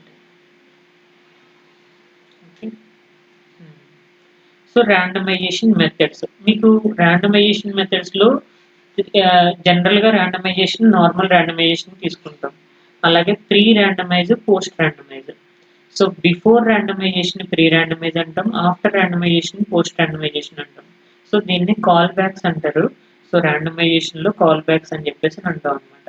Okay, randomisation methods. So ఈ మెథడ్స్ ఏం చేస్తుంది, మనకి ర్యాండమైజేషన్ ముందు వాల్యూస్ ఏమొస్తున్నాయి అనే దాన్ని, ర్యాండమైజేషన్ తర్వాత ఏం వాల్యూస్ వస్తున్నాయి అనే దాన్ని సాల్వ్ చేయడానికి, అంటే కంట్రోల్ చేయడానికి ప్రీ ర్యాండమైజ్ పోస్ట్ ర్యాండమైజ్ అనేది యూజ్ చేసుకుంటాం అనమాట. Okay. So item dot randomize or class handle object dot randomize అనేది యూజ్ చేసుకుంటాం కదా. ఆబ్జెక్ట్ డాట్ ర్యాండమైజ్ యూజ్ చేసుకున్నప్పుడు మనకి కన్స్ట్రెంట్స్ అనేవి రాసుకుంటే ర్యాండమైజేషన్ ని కంట్రోల్ చేస్తుంది. ఓకే, మీరు ఏవైతే కన్స్ట్రెంట్ తీసుకున్నారో ఆ కన్స్ట్రెంట్స్ ఆటోమేటిక్గా వాల్యూస్ని కంట్రోల్ చేస్తూ ఉంటుంది అనమాట. అదే కన్స్ట్రెంట్స్ తీసుకోకపోతే, సో ఇక్కడ చూడండి కన్స్ట్రెంట్ సాల్వ్ చేసే ముందు ప్రీ ర్యాండమైజ్, తర్వాత సాల్వ్ చేసిన తర్వాత పోస్ట్ ర్యాండమైజ్. సో కొన్ని టైమ్స్ నాకు వాల్యూస్ ర్యాండమైజ్ అవుతున్నాయా లేదా అని చెక్ చేయడం కోసం పోస్ట్ ర్యాండమైజేషన్ తీసుకుంటాం. ఓకే, సో ర్యాండమైజ్ ముందు వాల్యూస్ అనేది నార్మల్గా వస్తున్నాయా లేదా అనేది చెక్ చేయడం కోసం ప్రీ ర్యాండమైజ్ అనేది యూజ్ చేసుకుంటాం. మీకు ఒక ఎగ్జాంపుల్ చెప్తాను, గుర్తుందా? ఒక కేక్ మ్యానుఫ్యాక్చరింగ్ చేస్తున్నారు, ఒక కేక్ మేక్ చేస్తున్నారు. కేక్కి మేక్ చేయడానికి ముందు అంటే ప్రీ ర్యాండమైజ్ అంటే ప్రిపరేషన్ సంబంధించిన కేక్ అంటే కేక్ సంబంధించిన ఇంగ్రీడియంట్స్ అన్ని గ్యాదర్ చేసుకోవడం. ఓకే, ర్యాండమైజేషన్ అంటే కేక్ని ఓవెన్లో పెట్టి మీరు మేక్ చేస్తారు. తర్వాత పోస్ట్ ర్యాండమైజేషన్ అంటే కేక్ సంబంధించిన డెకరేషన్ సంబంధించిన అన్ని చెక్ చేస్తూ ఉంటారు అది. ఓకే, సో ఇక్కడ సేమ్ అదే ఎగ్జాంపుల్ ఇచ్చారు చూసారా. సో ఫ్లోర్, షుగర్, ఎగ్స్ అన్నీ గ్యాదర్ చేసుకున్నాడు. సో బేక్ చేసినప్పుడు ఓవెన్ ఉందో లేదో చెక్ చేసుకున్నాడు. ఓవెన్ ఉంటే కేక్ బేక్ అయిపోతుంది. తర్వాత డెకరేషన్ అనేది పోస్ట్ ర్యాండమైజేషన్ కేసులో చెక్ చేసుకుంటాడు అనమాట. ఓకే, సో ఎప్పుడైనా మీకు ఆటోమేటిక్గా కన్స్ట్రెంట్ ముందు ప్రీ ర్యాండమైజ్ అనేది ఆటోమేటిక్గా కాల్ అవుతూ ఉంటుంది అనమాట. అంటే సిమ్యులేటరే నార్మల్ వాల్యూస్ని కన్సిడర్ చేసుకుంటూ ఉంటుంది, అంతే కదా. మీరు ర్యాండమైజ్ చేయకపోతే ఏం జరుగుతుంది, నార్మల్ వాల్యూస్నే కదా తీసుకుంటుంది. నార్మల్ వాల్యూస్ని తీసుకున్నప్పుడు సేమ్ వాల్యూస్ని ప్రొడ్యూస్ చేస్తుంది. Okay, so object dot randomize అది నార్మల్ మన యొక్క main randomization method. Okay, so ఇక్కడ ఏం చేస్తుంది, it calls constraints solver or generate values, checks legality and return success or failure, అంతే కదా. సో ర్యాండమైజేషన్ మీరు అప్లై చేసినప్పుడు మీకు కన్స్ట్రెంట్స్ ఏమైనా అప్లికబుల్ చేశారనుకోండి, ఆ కన్స్ట్రెంట్స్ని కాల్ చేస్తుంది. లేదు కన్స్ట్రెంట్స్ ఏమి అప్లై చేయలేదంటే కనుక వాల్యూస్ లీగాలిటీని చెక్ చేసుకుంటుంది. ఏ వాల్యూస్ని మీరు ప్రొడ్యూస్ చేస్తున్నారు, బిట్ లెంత్ ఎంత, అడ్రస్ ఎంత, సో దాని యొక్క వెక్టర్ రిప్రజెంటేషన్ ఏంటి, ఇవన్నీ చెక్ చేస్తుంది. ఓకే, సో వన్స్ మీకు వాల్యూస్ ప్రొడ్యూస్ అయినాయి అంటే then no problem. Okay, other randomization success అయితే సక్సెస్ అనేది, లేదంటే జీరో అయితే కనుక ఫెయిల్యూర్ అవుతుంది. సో ప్రీ ర్యాండమైజ్ అంటే ఆటోమేటిక్గా ఎగ్జిక్యూట్ అవుతుంది values. Function void pre randomise end function అంటే ఎనేబులింగ్ డిజేబులింగ్ కన్స్ట్రెంట్స్ అనేవి, వేరియబుల్స్ అనేవి ఇనిషియలైజ్ అయ్యా లేదా అనేది చెక్ చేసుకుంటుంది. అండ్ దెన్ పోస్ట్ ర్యాండమైజ్ అంటే, సో ప్రీ ర్యాండమైజ్ టైంలో మీకు ఏం జరుగుతుంది, inside pre randomise appears before the randomisation. అంటే సో ఇన్సైడ్ ప్రీ ర్యాండమైజ్ అనేది ఈ అవుట్పుట్ ఎగ్జిక్యూట్ అవుతుంది, అంటే ర్యాండమైజ్ కాని వాల్యూస్ని ప్రొడ్యూస్ చేస్తుంది. Okay, that is pre randomize. Post randomise అంటే ర్యాండమైజ్ అయిన తర్వాత వాల్యూస్ అనేవి ఎగ్జాక్ట్గా వస్తున్నాయా లేదా అనేది చెక్ చేసుకుంటూ ఉంటుంది. ఓకే, డిజేబుల్ కన్స్ట్రెంట్ మోడ్స్ తెలుసు కదా, ఆల్రెడీ మీకు చెప్పాను. Object dot constraint mode dot constraint mode of 0 అయితే డిజేబుల్ చేస్తుంది. లేదంటే అంటే మీరు ప్రీ ర్యాండమైజ్ పోస్ట్ ర్యాండమైజ్లో ఈ కన్స్ట్రెంట్స్ని డిజేబుల్ చేసుకోవడం లేదంటే ఎనేబుల్ చేసుకోవడం అనేది మీరు అప్లికబుల్ చేసుకోవచ్చు. ఓకే, అండ్ దెన్ డిజేబుల్ ర్యాండమైజేషన్లో మళ్ళీ ప్రీ ర్యాండమైజేషన్లో ర్యాండమైజేషన్ మోడ్ని డిజేబుల్ చేశాడు. ఓకే, వాల్యూస్ అన్ని డిజేబుల్ అయ్యి వస్తాయి అన్నమాట. ఓకే, ఎనేబుల్ కన్స్ట్రెంట్స్ డైనమిక్గా మన కన్స్ట్రెంట్స్ అనేవి జనరేట్ అంటే ఎనేబుల్ అవ్వాలి అంటే ఆల్వేస్ మీరు మోడ్ 1 అనేది అప్లికబుల్ చేయాలి. ఓకే. సో ఎనేబుల్ కండిషన్ అనేది 1 అయితే మీకు ఖచ్చితంగా ప్రీ ర్యాండమైజేషన్లో కన్స్టెంట్ మోడ్ అనేది ఆన్ అవుతుంది, లేదంటే కన్స్టెంట్ మోడ్ ఆఫ్ అయిపోతుంది. Next post randomisation. ఇదేం చేస్తుంది, ర్యాండమైజేషన్ అయిన తర్వాత ఆటోమేటిక్గా ఇదే ఎగ్జిక్యూట్ అవుతుంది, ఎందుకంటే ఆల్వేస్ మీరు ర్యాండమైజ్డ్ వాల్యూస్ని ప్రొడ్యూస్ చేస్తున్నారు. Okay. Function void post randomization వాల్యూస్ని డిస్ప్లే చేశారనుకోండి, మీకు ఏం వాల్యూస్ వస్తాయి, ర్యాండమైజ్డ్ వాల్యూస్నే ప్రొడ్యూస్ చేస్తుంది అది. ఓకే. ఓకే. ప్యారిటీ జనరేటర్ని డిరైవ్ చేస్తున్నారు, చెక్ సమ్ కూడా క్యాలిక్యులేట్ చేస్తున్నారు. చెక్ సమ్ 2 వాల్యూస్ని యాడ్ చేసుకొని సో పోస్ట్ ర్యాండమైజేషన్లో వాల్యూస్ అనేవి డిఫరెంట్గా ర్యాండమైజ్ అవుతున్నాయి లేదా అనేది చెక్ చేస్తారు. Okay. Then so inheritance in randomization, ఇవి ఒకసారి ఎగ్జిక్యూషన్ చూడండి. క్లియరా? సో ఇక్కడతో ర్యాండమైజేషన్ అనేది కాన్సెప్ట్ కంప్లీట్ అయింది. సారీ, కన్స్ట్రైంట్స్ ర్యాండమైజేషన్ కంప్లీట్ అయింది. సో ర్యాండ్ కేస్ ఏంటి అంటే మీకు ఆల్రెడీ చెప్పాను కదా. సో సారీ,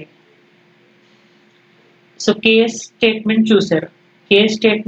కదా. కేస్ స్టేట్మెంట్ ఏం చేశారు, డిఫరెంట్ వాల్యూస్ వచ్చినాయా లేదా అనేది చెక్ చేసుకుంటారు. అంటే ఒక వాల్యూని సెలెక్ట్ చేసుకుని మీరు మల్టిపుల్ వాల్యూస్ని సెలెక్ట్ చేస్తారు కదా కేస్ స్టేట్మెంట్. అలాగే ఇక్కడ కూడా ర్యాండ్ కేస్ అనేది యూజ్ చేసుకుంటారు. సో ర్యాండ్ కేస్ అనేది కూడా దేని మీద డిపెండ్ అవుతుందంటే, అంటే మీరు వాల్యూస్ని ఎవ్రీ టైం ర్యాండమైజ్ చేస్తూ ఉంటారు కదా, అవి ర్యాండమైజ్ అయినప్పుడు డిఫరెంట్ వాల్యూస్ని ప్రొడ్యూస్ చేస్తూ ఉంటుంది. ఓకే. ర్యాండ్ కేస్ అనేది మనకి ర్యాండమైజ్ చేసినప్పుడు డిఫరెంట్ వాల్యూస్ని ఎప్పుడైతే ప్రొడ్యూస్ చేస్తుందో ఒక పర్టికులర్ వాల్యూకి అవుట్పుట్ అనేది జనరేట్ చేస్తూ ఉంటుంది. ఓకే. సో అంటే నార్మల్గా మీరు కేస్ స్టేట్మెంట్లో ఏం చేస్తారు, ఫిక్స్డ్ వాల్యూస్ ఇస్తారు, 0, 1, 2, 3 అని చెప్పేసి ఇస్తారు. ఓకే. కానీ ర్యాండ్ కేసులో అలా కాదు, మీ ఇష్టం, మీ రేంజ్లో ఏ వాల్యూస్ ఇచ్చినా మీకు జనరేషన్ అనేది ప్రొడ్యూస్ అవుతుంది, అవుట్పుట్ అనేది జనరేట్ చేస్తుంది. అర్థమైందా? అంటే సింపుల్ కేసు, ఇప్పుడు 2/1 మల్టీప్లెక్సర్ తీసుకున్నారు, కేసు సెలెక్ట్ సిగ్నల్ తీసుకున్నారు. సెలెక్ట్ సిగ్నల్ 4/1 మార్క్స్ తీసుకుంటే 0, 0, 0, 1, 1, 0, 1, 1. ఓకే. 4 కేసులు తీసుకున్నారు. 4 కేసులు వరుసగా మీరు మెన్షన్ చేసుకున్నారు. సో అప్పుడు y equal to I0 output వస్తుందని. Okay. And then y equal to I1 output, y equal to I2, y equal to I3 ఇలా జనరేట్ అయింది. ఓకే. సో డిఫరెంట్ కేసెస్ 4 కేసులని మెన్షన్ చేసుకున్నారు, అది కేసు. అదే ర్యాండ్ కేసు ఏం జరుగుతుంది, ర్యాండ్ కేసులో మీ ఇష్టం. So rand case select signal, ఈ సెలెక్ట్ సిగ్నల్లో 0, 1 తీసుకోవచ్చు, లేదంటే 1, 1 తీసుకోవచ్చు, లేదంటే 1, 0 తీసుకోవచ్చు. ర్యాండమ్గా మీరు ఏమైనా కన్సిడర్ చేసుకోవచ్చు. అంటే సేమ్ సీక్వెన్స్ ఏం అవసరం లేదు. సెలెక్షన్ అనేది ఎవరి మీద డిపెండ్ అవుతుంది, మీరు ఇచ్చే వెయిటేజ్ మీద డిపెండ్ అవుతుంది. అంటే సెలెక్ట్ వాల్యూ ఏదైతే ఇచ్చారో దాన్ని బట్టి. సో కేసులో సేమ్ ఆర్డర్ మెన్షన్ చేయాలి మీరు. ఓకే. నార్మల్ కేసులో సేమ్ ఆర్డర్ మెన్షన్ చేయాలి. సో తీసుకోదు, డిఫరెంట్ వాల్యూస్ని వచ్చేస్తుంది. ఓకే.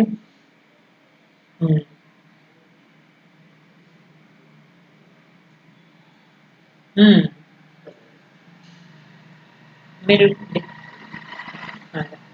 సో చూడండి, ఇక్కడ red ball, blue ball, green ball, 10 balls ఉన్నాయి. 10 బాల్స్లో మీరు రెడ్ వచ్చే ఛాన్స్ ఏముంది, సో ఒక బాలే ఉంది కాబట్టి 10 బాల్స్లో ఒకసారి వచ్చే ఛాన్స్ ఉంది.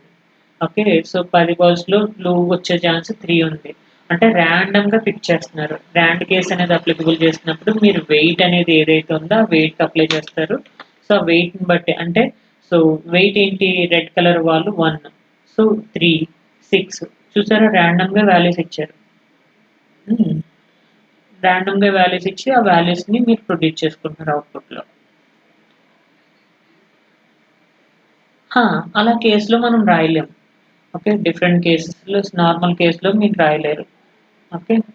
సో అయితే ఒకటే కేస్ తీసుకుంటుంది, లేదంటే తీసుకోదు. అది. Okay, repeated random selections. So మీరు సేమ్ ర్యాండమ్ సెలెక్షన్స్ని రిపీట్ చేసుకుంటూ ఉంటారు. సో అంటే రిపీట్ అనే కీవర్డ్ ద్వారా డిఫరెంట్ డిఫరెంట్ ర్యాండ్ కేసులని రిపీట్ చేసుకుంటూ ఉంటారు. ఓకే, సో కాలింగ్ టాస్క్లను కాల్ చేయడం. Okay, depends upon the highest priority దేనికి ఇచ్చారో, task highest priority, task lowest priority. So ప్రయారిటీస్ని బట్టి అవుట్పుట్ అనేది జనరేట్ అవుతూ ఉంటుంది. ఓకే, సో వీటికి అన్నిటికి మీరు టెస్ట్ కేసులు రాసి ర్యాండ్ కేస్కి ఎగ్జిక్యూషన్ చేయండి. Rand inside class method, coverage driven, error injection, statistical verification. Okay, so same normal కేస్కి ర్యాండ్ కేస్కి డిఫరెన్స్ మీరు ఎగ్జిక్యూట్ చేసి చెప్పండి. ఆ తర్వాత ఇంటర్ ప్రాసెస్ కమ్యూనికేషన్ గురించి రేపు చూద్దాం.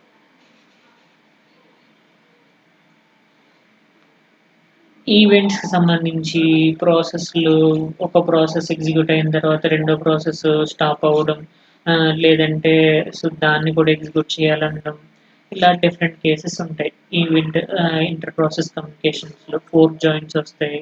ఓకే, ఈవెంట్స్ వస్తాయి, basic events, non blocking events, blocking events, synchronize events సంబంధించింది. సో అంటే